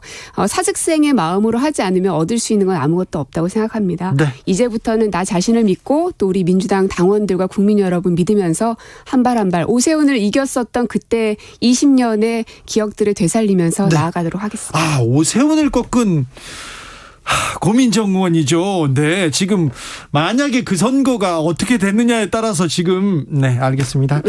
자, 그런데요. 네. 당대표 선거는 이재명이냐 아니냐 이렇게 얘기합니다. 그래서 비명계 후보들은 이재명 후보 뭐 사법 리스크도 얘기하고 이렇게 비명 대 친명 이렇게 갈리는 네. 것도 같은데 이건 어떻게 보십니까? 누구보다 개혁에 대한 적임자가 이재명 의원님인 것에 대해서는 저도 동의를 합니다. 다만 그게 사법 리스크인지 혹은 사법 탄압인지 네. 그것을 이름을 뭘로 붙이든 간에 그거는 분명 이재명 의원님께서 반드시 넘어야 될 산인 것은 분명한 것 같습니다. 예. 다만 민주당이 거기에 너무 흔들리지 않게 하기 위해서라도 이 최고위원들 구성이 좀 탄탄하게 이루어질 필요는 있겠다 생각은 듭니다. 정치권에 입문하고 나서 그전에는 뭐 방송인으로 사랑만 받았잖아요. 근데 정치권에 입문하고 나서 네. 일부 보수 언론이 고민정만 나오면 집중 타겟으로 이렇게 네, 공격합니다. 네. 인간적으로는 굉장히 좀 힘들었을 텐데. 근데 저는 오히려 즐겁습니다. 그만큼 즐거워요? 나에 대한 관심도가 높구나 하는 생각이 들고요. 그래 한번 해보지 뭐 이런 생각도 들고요. 뭐 못할 게 뭐 있나 생각이 듭니다. 그래요? 네. 근데 그 보수 언론이 지금 고민정을 굉장히 좀 뭐라고 해야 되나 정치적으로 크는 것을 부담스러워하거나 좀 견제한다고는 보입니다. 그렇게 생각해 주신다면은 정말 과찬의 말씀인 것 같고요. 저는 왜 나는 아무런 당직도 없고 무슨 아무것도 아닌데 당대표도 아니고 최고위원도 아닌데? 그동안엔 당직 없었어요? 아무것도 없었습니다. 최고위원 아니었어요? 아무것도 안 했습니다. 네? 대변인도 안 했고요. 근데도 왜 자꾸 나한테 이러나 하는 불만들이 속으로는 많이 있었는데 긍정적으로 생각하기로 했습니다. 그래요? 예, 나한테 뭐가 있나 보지 뭐 이런 생각? 네. 나를 넘어뜨리고 싶은가 보지 뭐 이런 생각. 알겠습니다. 좀 더 두꺼워지기로 했습니다. 고민정 의원이 최고위원이 됩니까? 됐으면 좋겠습니다. 네. 되면 달라집니까 민주당은? 달라집니다. 어떻게 해요? 발빠르고 혁신적이고 젊고 생동감 넘치는 민주당 그리고 확실히 달라진 민주당의 모습들을 여러분들에게 바로 그 다음 날부터 보여드리겠습니다. 믿어도 됩니까? 네. 네. 말씀 잘 들었습니다. 민주당 최고위원회 출사표를 던졌습니다. 고민정 의원이었습니다. 네, 고맙습니다. 정치 피로, 사건 사고로 인한 피로, 고달픈 일상에서 오는 피로. 오늘 시사하셨습니까? 경험해보세요. 들은 날과 안 들은 날의 차이. 여러분의 피로를 날려줄 저녁 한 끼 시사. 추진우 라이브.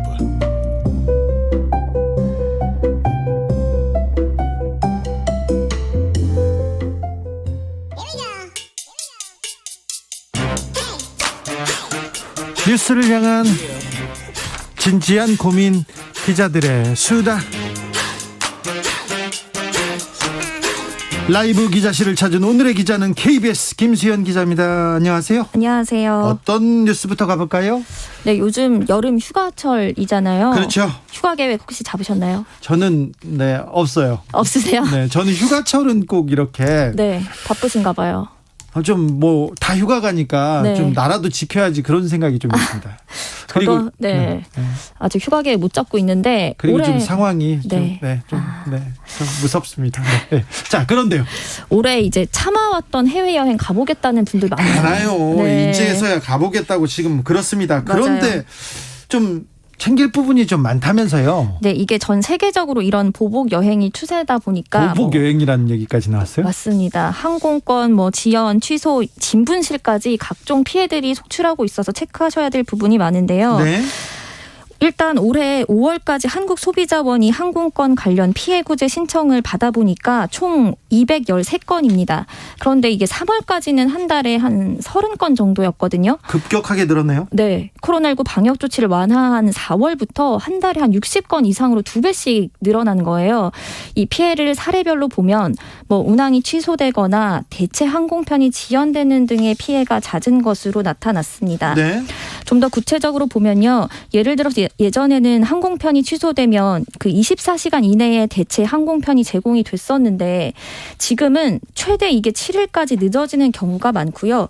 또 이 대체 항공편을 경유 노선으로 제공을 해서 비행 시간이 또 늘어나는 경우도 있습니다. 반칙 아닙니까? 네, 그리고 또 이런 경우도 있죠. 좀 돈 아끼시려고 경유 노선을 각각 다른 항공사로 예약하시는 경우도 있잖아요. 이럴 네. 경우에 한 곳이 취소되면 원래 다른 곳을 이용을 못했을 때 배상을 받아야 되는데 이 배상도 안 되는 경우들이 있습니다. 일단 그러면 아무튼 소비자의 피해가 커집니다. 네. 왜 이렇게 소비자만 이렇게 피해를 보는 이런 문제가 발생하는 겁니까? 일단은 갑자기 여행 수요가 급증했죠. 우리나라 같은 경우에도 미주 지역으로 가는 항공 승객이 1년 전보다 한 300% 넘게 폭증했다고 하고요. 예. 유럽행 수요도 마찬가지로 급증했습니다. 그런데 그 지난 2년 반 동안 공항들도 그렇고 항공사들도 그렇고 몸집을 많이 줄였잖아요. 네. 전 세계적으로 230만 명이 일자리를 잃었다고 하는데 230만 명이요? 네, 이 같은 인력 부족 때문에 이런 문제가 발생하고 있습니다. 네. 우리나라야 빨리 이렇게 충원해서 네. 하겠지만 외국에선 좀 시간이 걸릴 것 같아요. 맞습니다. 그리고 이 일할 사람을 좀 빨리 뽑으면 되지 않나 싶긴 한데 이것도 조금 어려운 부분이 있습니다. 왜냐하면 이 항공업계는 특히 안전이 가장 중요하잖아요. 네. 그래서 사람을 뽑더라도 실제로 일을 하는 노동자. 데까지는 이 좀 시간이 걸리고요. 예. 여기에 최근에 유럽 주요 공항과 항공사 직원들이 이제 파업을 하고 있잖아요. 네. 이런 부분 때문에 인력 부족 현상이 계속 심화되고 있습니다. 자, 근데 휴가철 외국으로 가고 싶은데 근데 피해가 걱정입니다. 피해를 줄이려면 어떻게 해야 됩니까? 네, 기본적으로 이제 이 원칙을 중요시 하시면서 체크를 하셔야 되는데 출국일 전에 반드시 항공 스케줄 변동이 있는지 확인을 하셔야 되고 또 가능하면 이 항공권을 같은 항공사 또 같은 여행사에서 발권하시는 게 좋다고 합니다. 지금은 좀 그래야 될 것 같습니다. 같은 네. 항공사, 같은 여행사에서 발권하십시오. 네, 그리고 최근에는 이제 코로나19 관련해서 이 출입국 정책이 나라별로 다를 수 있잖아요. 이걸 꼭 확인하시고 필요한 서류들을 사전에 준비하시는 게 좋겠습니다. 알겠습니다. 각별히 좀 챙기셔야 됩니다. 만약에 해외로 여행을 가겠다면 말입니다. 다음 뉴스로 가보겠습니다. 네, 대우조선 하청노조 파업이 계속 이어지고 있습니다. 49일째 곧 50일이 가까워집니다. 네, 특히 지금 노동자 7명 같은 경우에는 이 15m 높이의 그 선박 난간대와 그 1m 너비의 철장 안에서 농성을 이어가고 있는데 이 농성도 벌써 한 달이 다 돼가고 있습니다. 정부는 강경한 입장인데 네. 파업이 왜 이렇게 길어졌어요? 초기에 조금 타협할 수는 없었나요?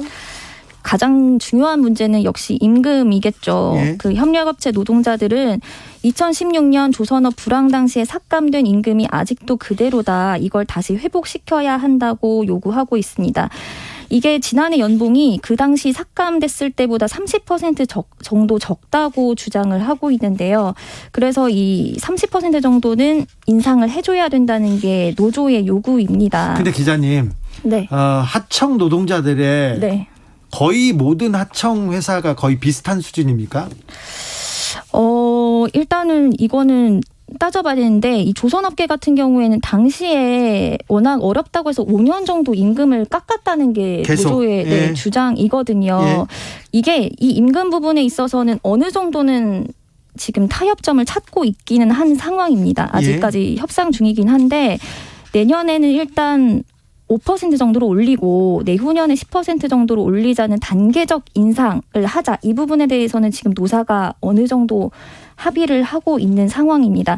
하지만 지금 파업하는 이 하청 노동자들이 회사 한 곳이 아니고 22곳에 소속돼 있거든요. 그러면 지금 22곳의 회사가 지금 다 파업을 같이 벌이고 있다 이렇게 봐야 됩니까? 네, 맞습니다. 그래서 또 하나의 요구 조건이 뭐냐면 이 근로 조건을 개별적으로 협상하지 말고 한꺼번에 하자고 요구를 하고 있는데 이것도 아직까지는 좀 하청사가 받아들이기 어렵다고 얘기하고 있습니다. 지금 그러면 임금에 대해서는 거의 타협점에 가까이 왔는데 이 부분에서 지금 받아들이기 어렵다는 건가요? 네. 그리고 이 임금 부분도 조금 더 지켜봐야 되는 게 협력업체 같은 경우에도 입장이 좀 복잡한 측면이 있습니다.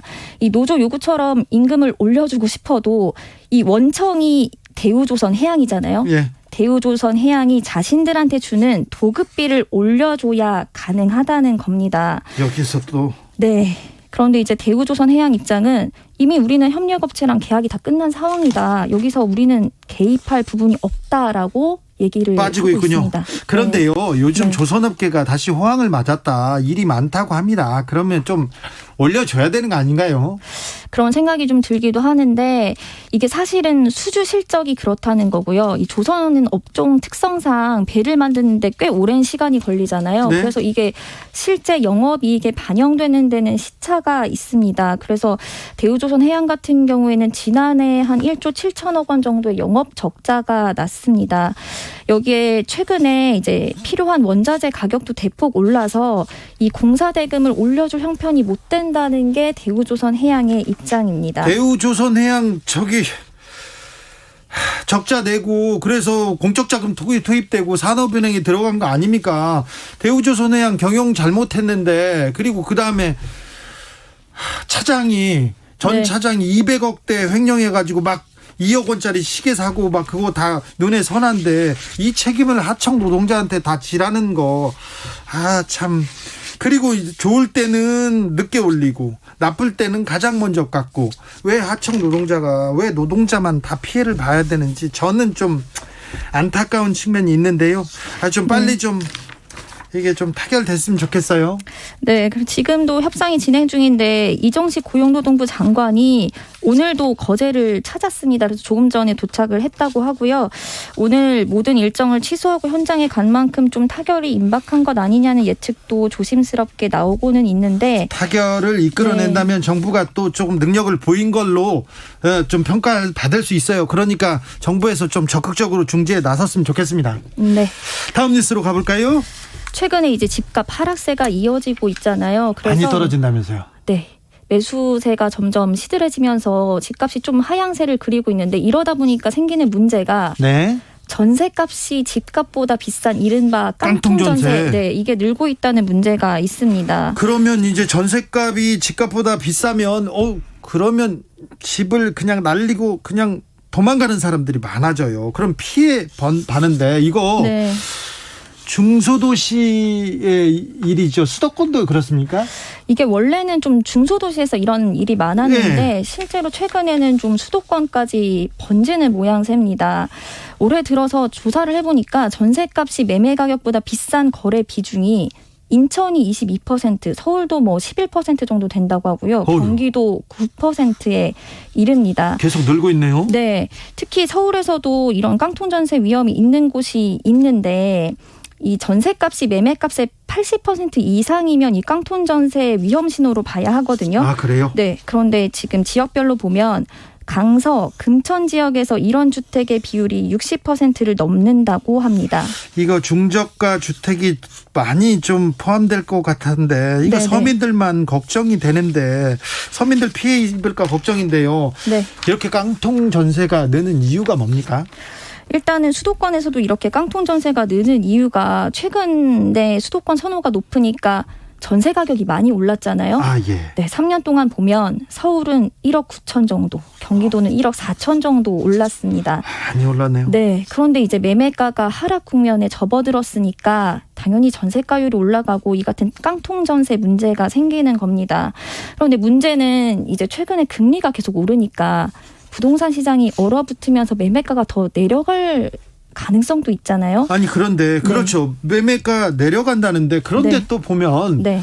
매매가 이루어지지는 않은 것 같아요. 거래가 절벽이다 이런 얘기 계속 나옵니다. 맞아요. 계속 최근에도 계속 매수 심리가 하락하고 있고 사실상 거래 절벽이 되면서 이 좀 위험수위에 있는 깡통 전세가 조금 더 심화되는 것 아니냐, 이런 걱정들이 나오고 있습니다. 정부가 취약계층 서민을 위해서 네. 서민의 주거비를 부담해주기 위해서 여러 좀 주거 지원 프로그램을 보강한다고 하는데 좀 실효성이 있을지. 네, 오늘 그래서 정부가 대책을 내놨는데 앞서 설명드린 이제 깡통 전세 대책으로는 전세값이 집값의 90%를 넘는 경우에 이 같은 이상 거래를 집중 점검하기로 했습니다. 그리고 보증금 상습적으로 돌려주지 않는 임대인들 명단도 공개하기로 했어요. 또 이런 서민 취약계층 지원책도 내놨는데요. 요즘에 이제 금리가 워낙 높아지다 보니까 청년, 신혼부부 등을 대상으로 하는 버팀목 전세자금 대출의 금리를 올해 동결하기로 했습니다. 그리고 이런 서민 취약계층의 월세 세액 공제율도 같이 늘려주기로 네. 했습니다. 서민들 위해서 이렇게 조금 정책을 더 많이 내야 될 것 같습니다. 네. 깡통 전세 피해는 없어야 될 텐데 피해가 최소화되도록 노력해 주셨으면 합니다. KBS 김수현 기자와 함께했습니다. 감사합니다. 감사합니다. 교통정보센터 다녀오겠습니다. 김민희 씨. 1시간 사이 퇴근 교통량이 더욱 늘었습니다. 중부고속도로 하남 쪽으로는 먼저 일죽 부근과 광주에서 중부 1터널 일대, 또 하남나들목에서 하남분기점 사이로 정체되는데 하남나들목 부근 4차로에서는 고장난 차를 처리하고 있습니다. 부근으로 정체 더 심해졌고요. 반대 남이 쪽으로 진천에서 진천터널 사이로 7km 구간에서 정체입니다. 서부간선 지하도로 안양 쪽으로 8km 지점 부근인 고척교 부근에서는 1차로를 막고 고장난 차를 처리하고 있는데요. 사고 나지 않게 주의해서 지나셔야겠습니다. 청담대교 남단에서 북단 쪽으로 3차로에도 고장난 차가 서 있습니다. 그 밖에 올해 여름 휴가는 7월 말에서 8월 초로 계획하신 분들이 가장 많겠는데요. 고속도로에서는 특히 수도권에서 출발할 경우 7월 30일 토요일이, 돌아올 때에는 31일 일요일이 가장 혼잡할 것으로 전망됐습니다. 휴가 계획에 참고하시기 바랍니다. KBS 교통정보센터였습니다.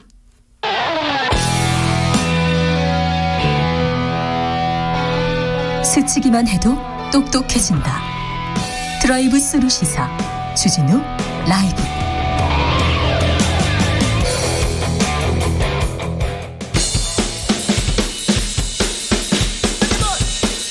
틱탁 틱탁 틱탁 결란한 입담의 환상 드리블. 오늘 이 뉴스를 주목하라. 이슈 틱탁.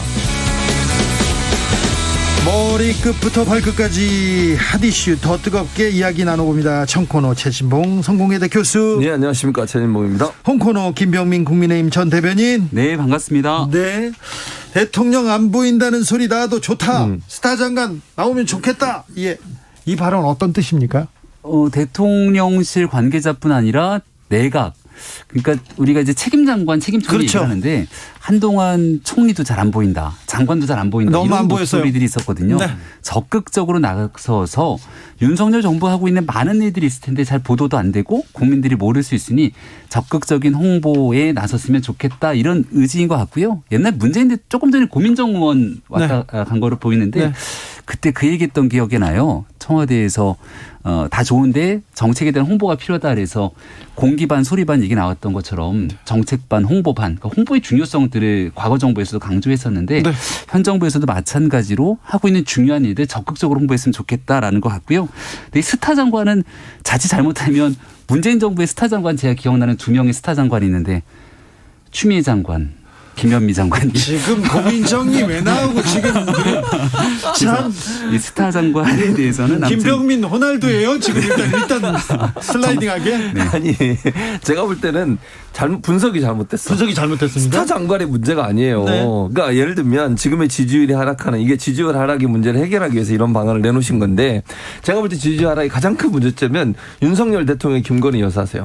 그러니까 두 분이 바뀌어야 돼. 두 분은 바꾸라고요? 아니, 제 말은 두 분의 태도를 바꾸라는 거예요. 아우, 깜짝 놀랐습니다. 아니, 그러니까 제 말은 이게 뭐 예를 들면 요즘은 이제 많이 줄었던데, 그 도어스태핑 하시면서 약식 기자회견 네. 너무 많은 말을 해. 본인이, 그리고 세세한까지 본인이 얘기하니까 자꾸 이 꼬투리가 잡히는 거예요. 그러니까 저는 그런 부분들을 장관들한테 넘겨주고 본인은 네. 원론적인 얘기만 해야 돼. 원론적인 얘기만. 네. 근데 너무 세세하게 막 그 현안에 대해서 얘기하고 이러니까 그게 이제 결국은 여러 가지 파장을 불러일으키는 거고, 김건희 여사 행보 요즘은 이제 조용하잖아요. 그러니까 네.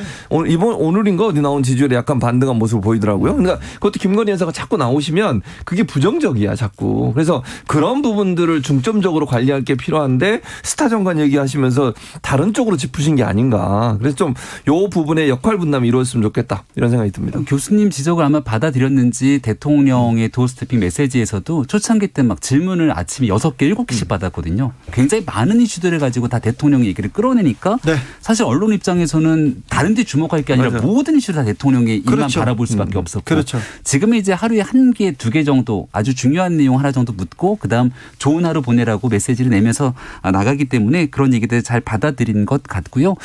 스차 장관 뭐 내각에 대한 얘기는 얼마 전에 원희룡 장관이 나와서 라디오 인터뷰도 하고 GTX에 대한 속도전 또 주택 공급에 관한 문제를 얘기하는데 이런 게 사실 국민들이 제일 궁금해하는 윤석열 정부의 국정 운영 방향이거든요. 이런 쪽에 좀 속도를 내고 적극적인 행보하는 거는 매우 의미 있다고 생각합니다. 그렇습니다. 장관, 차관들 적극적으로 나와서 정책에 대해서 얘기하고 비전을 보여줬으면 좋겠는데 왜 장관, 차관들 지금까지는 보이지 않았습니다. 네, 이제 막 보이기 시작하고 있죠.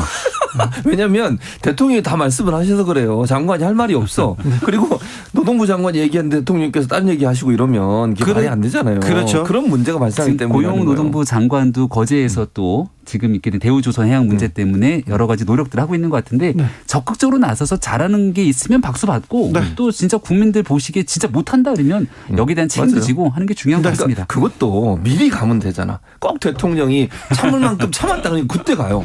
아니 미리 갔으면 이런 얘기 안 듣잖아요. 미리 가서 고용노동부 장관이 설득도 하고 협상도 하고 교섭을 할 수 있도록 판도 깔아주고 중재도 하고 이러면 얼마나 좋아. 근데 꼭 그 대통령이 한마디 하니까 가고 이러니까 문제라는 거예요. 대통령이 한마디 했더니 해결됐다. 이런 모습을 보이려고 노력을 쭉 아마 안 하고 있었던 건 아닐 거고요. 다만 현장에 가서 마지막 위기 상황이라 생각했던 것 같고 옛날에 2014년도인가요? 세월호 참사가 터지고 난 다음에 해수부 장관이었던 이주영 장관이 내려가서 수염을 덥수룩하게 기르고 마지막까지 문제 해결에 노력했던 기억이 오래 남습니다. 그런 장관들의 모습들 좀 많이 나왔으면 좋겠습니다. 대통령이 유난히 말을 아낍니다. 그리고 김건희 여사는 좀 보이지 않습니다. 이 리스크 관리에 나선 걸까요? 국민들께서 주시는 의견들을 쭉 들어보고 계시겠죠. 그리고 현재 지지율은 계속 빠지고 있는 상황이기 때문에 어디에서부터 지지율이 빠지는지에 대한 고민을 아마 하고 있을 거라고 봅니다. 또 김건희 여사에 대해서도 주시는 뭐 여러 의견들이 있을 거기 때문에 지금은 총체적으로 한 2달 정도밖에 안 지난 상태잖아요. 그래서 어디에서부터 가장 부정적인 의견이 피력되는지 보고 있을 거고 다음 달 이제 광복절이 지나고 나면 취임 100일이 돼요. 이게 되게 중요하거든요. 취임 100일에 대한 성과 그동안 무슨 일이 있었는지를 이제 기자들이 묻기 시작할 건데 그럼 지금부터 남은 날이 한 달 정도가 남은 건데 그 한 달이 남지 않는 기간 취임 100일에 대한 성과를 내기 위해서 뭐 메시지에 대한 부분들뿐 아니라 어떤 정책으로 윤석열 정부가 바뀌었는지 여기에 아마 집중하고 있을 겁니다.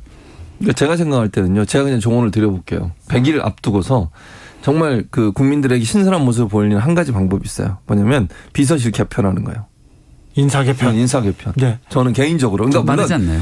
좀 빠르지 않아요? 그러니까 빠른데 이렇게 해야 돼. 왜냐하면 인사 문제가 가장 큰 문제고 지금 현재 대통령을 옆에서 잘 보좌하지 못한다는 문제점들이 지적이 되고 있으니까 충격요법을 한번 쓸 필요가 있지 않나는 개인적인 생각이에요. 물론 제가 뭐 얘기니까 뭐 듣지 않으시겠지만 제 생각에는 그 정도 충격요법을 좀 국민들이 볼 때 좀 변하는구나 이런 생각이 들 텐데 지금의 구도를 계속 가져가면서 변한 모습을 그렇게 안 보내준다고 하면 100일 지나도 사실은 크게 어떤 그 감동을 줄 수 있는 스토리가 없지 않을까 하는 생각은 들어요. 개인적으로. 인사 문제, 사적 채용 논란이 계속되고 있는데 이분은 어떤 능력이 있었고 어떤 경력이 있었다 이 내용을 명확하게 설명을 해주지 않아서 저 인사 참사 얘기가 계속 나온다. 고민정 의원은 이렇게 지적합니다.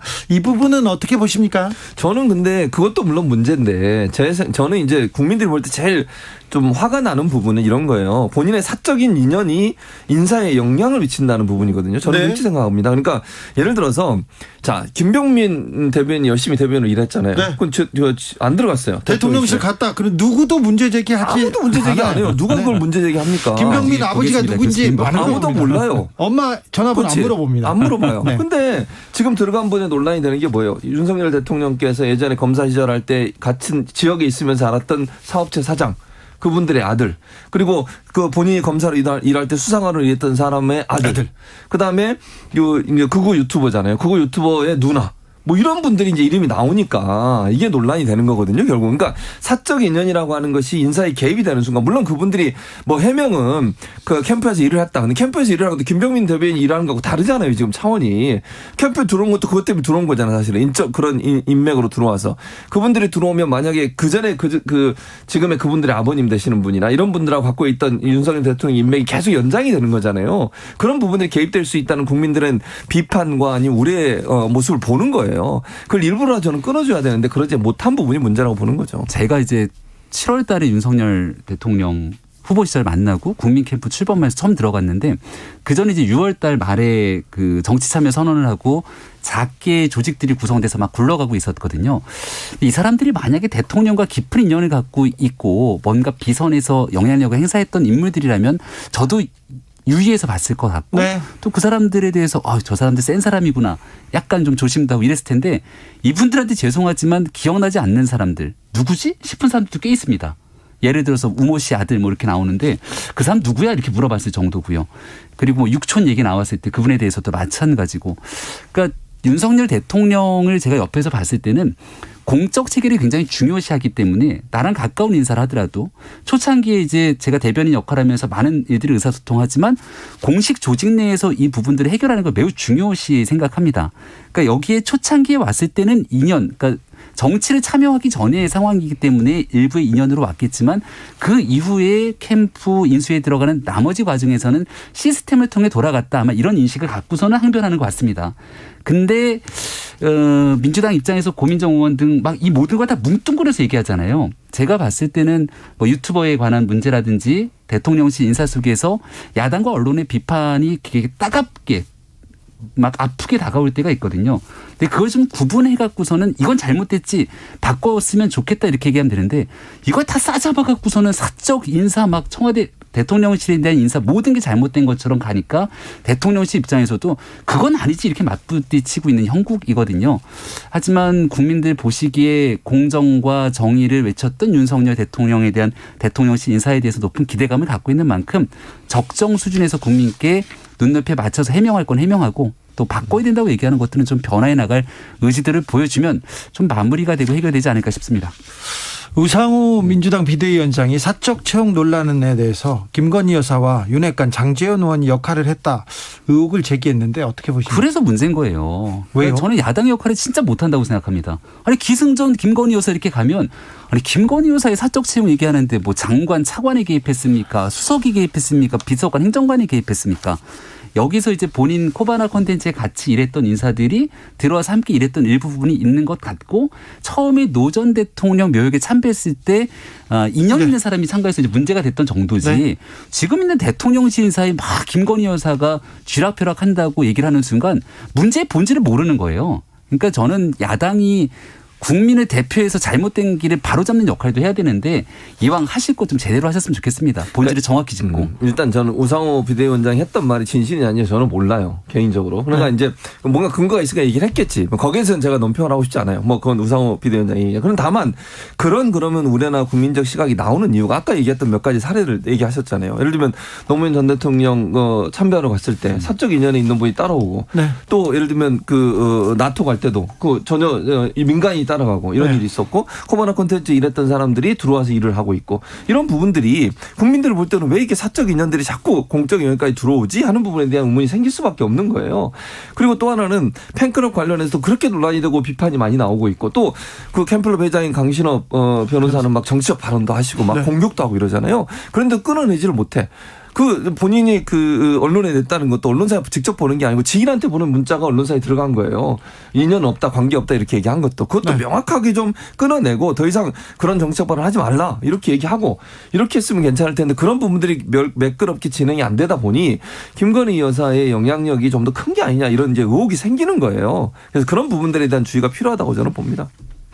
권성동 국민의힘 당대표 직무대행이죠. 청년 여러분께 상처를 주었다면 죄송합니다. 이렇게 사과를 했는데요. 어떻게 보셨습니까? 조건을 붙이는 건 사과가 아니에요. 사과를 이렇게 하면요. 사과의 진정성이 완전히 떨어져요.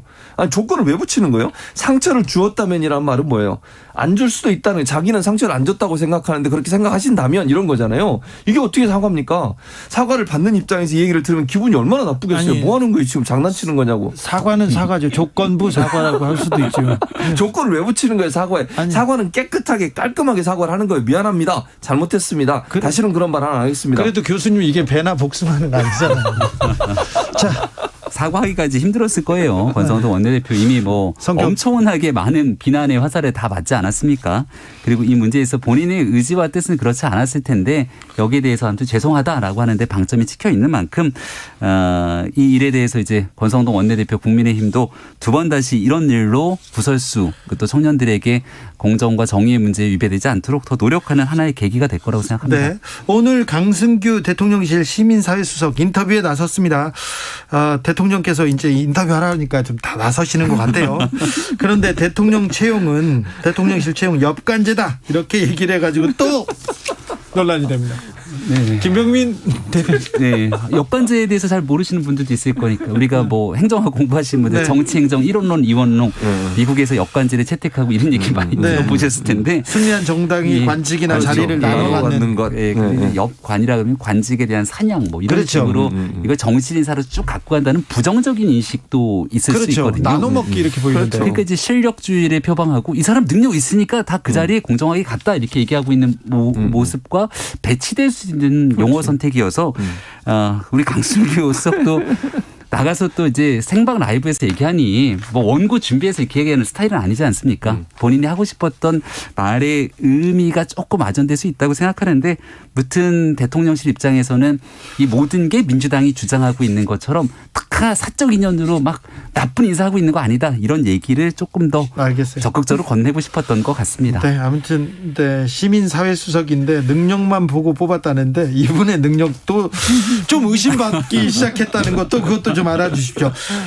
자, 윤 대통령 후보 시절부터 윤 대통령께서는 그 과학 방역하겠다. 문재인 정부의 방역은 정치 방역이다. 이렇게 비판해 왔는데 지금 코로나가 확진자가 늘고 있잖아요. 그런데 과학 방역이 뭐야 이렇게 의문을 제기하는 사람들이 많습니다. 일단 당시에 정치 방역이라고 얘기하고 과학 방역과 어긋난다고 얘기했던 것은 거리두기를 기점으로 뒀을 때 점심에 두는 거리두기와 저녁 식사 이후의 거리두기가 달랐잖아요. 그러니까 코로나 바이러스가 점심에는 왔다가 뭐 저녁에는 막 피해가 사라지고 막 이런 얘기들이 실제 전문가들 사이에서도 나왔던 겁니다.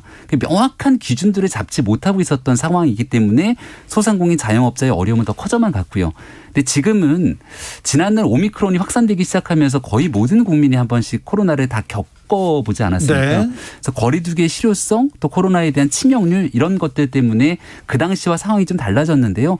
지금은 이제 거리두기에 대한 방역 문제도 중요합니다만은 이로 인해서 목숨이 위태로울 수 있는 위중증 환자에 대한 집중 관리 이런 측면에 조금 더 관심을 갖고 약간 변화된 상황에 맞춰서 방역을 하기 위해 노력을 하는 것 아닌가. 그때와 지금은 동등하게 놓고 비교하기는 조금 차이가 있다는 말씀을 함께 드립니다. 과학 방역에 과학이 하나도 없어요. 저는 개인적으로 생각해. 아니 그러니까 뭐라고 발표했냐면 과학 방역이 뭐냐 이렇게 물어봤더니 전문가들 모아서 회의해서 그게 과학 방역이래요. 그전에 회의 안 했으면 그전에 문재인 정부 때 다 전문가들이 모여서 했어요. 생활방역위원회라든지 이런 데서 합의하고 논의하고 이래서 결정한 사안들이거든요. 근데 지금 걱정되는 건 저는 이렇습니다. 지금 그 윤석열 정부의 발표에 따르면 8월 말 되면 20몇만 명, 막 30만 명 이렇게 나올 수 있다고 지금 예측을 했어요. 이렇게 나왔을 때 과연 우리 사회를 감당해낼 수 있을까? 또 하나는 지금 지원금을 다 끊었습니다.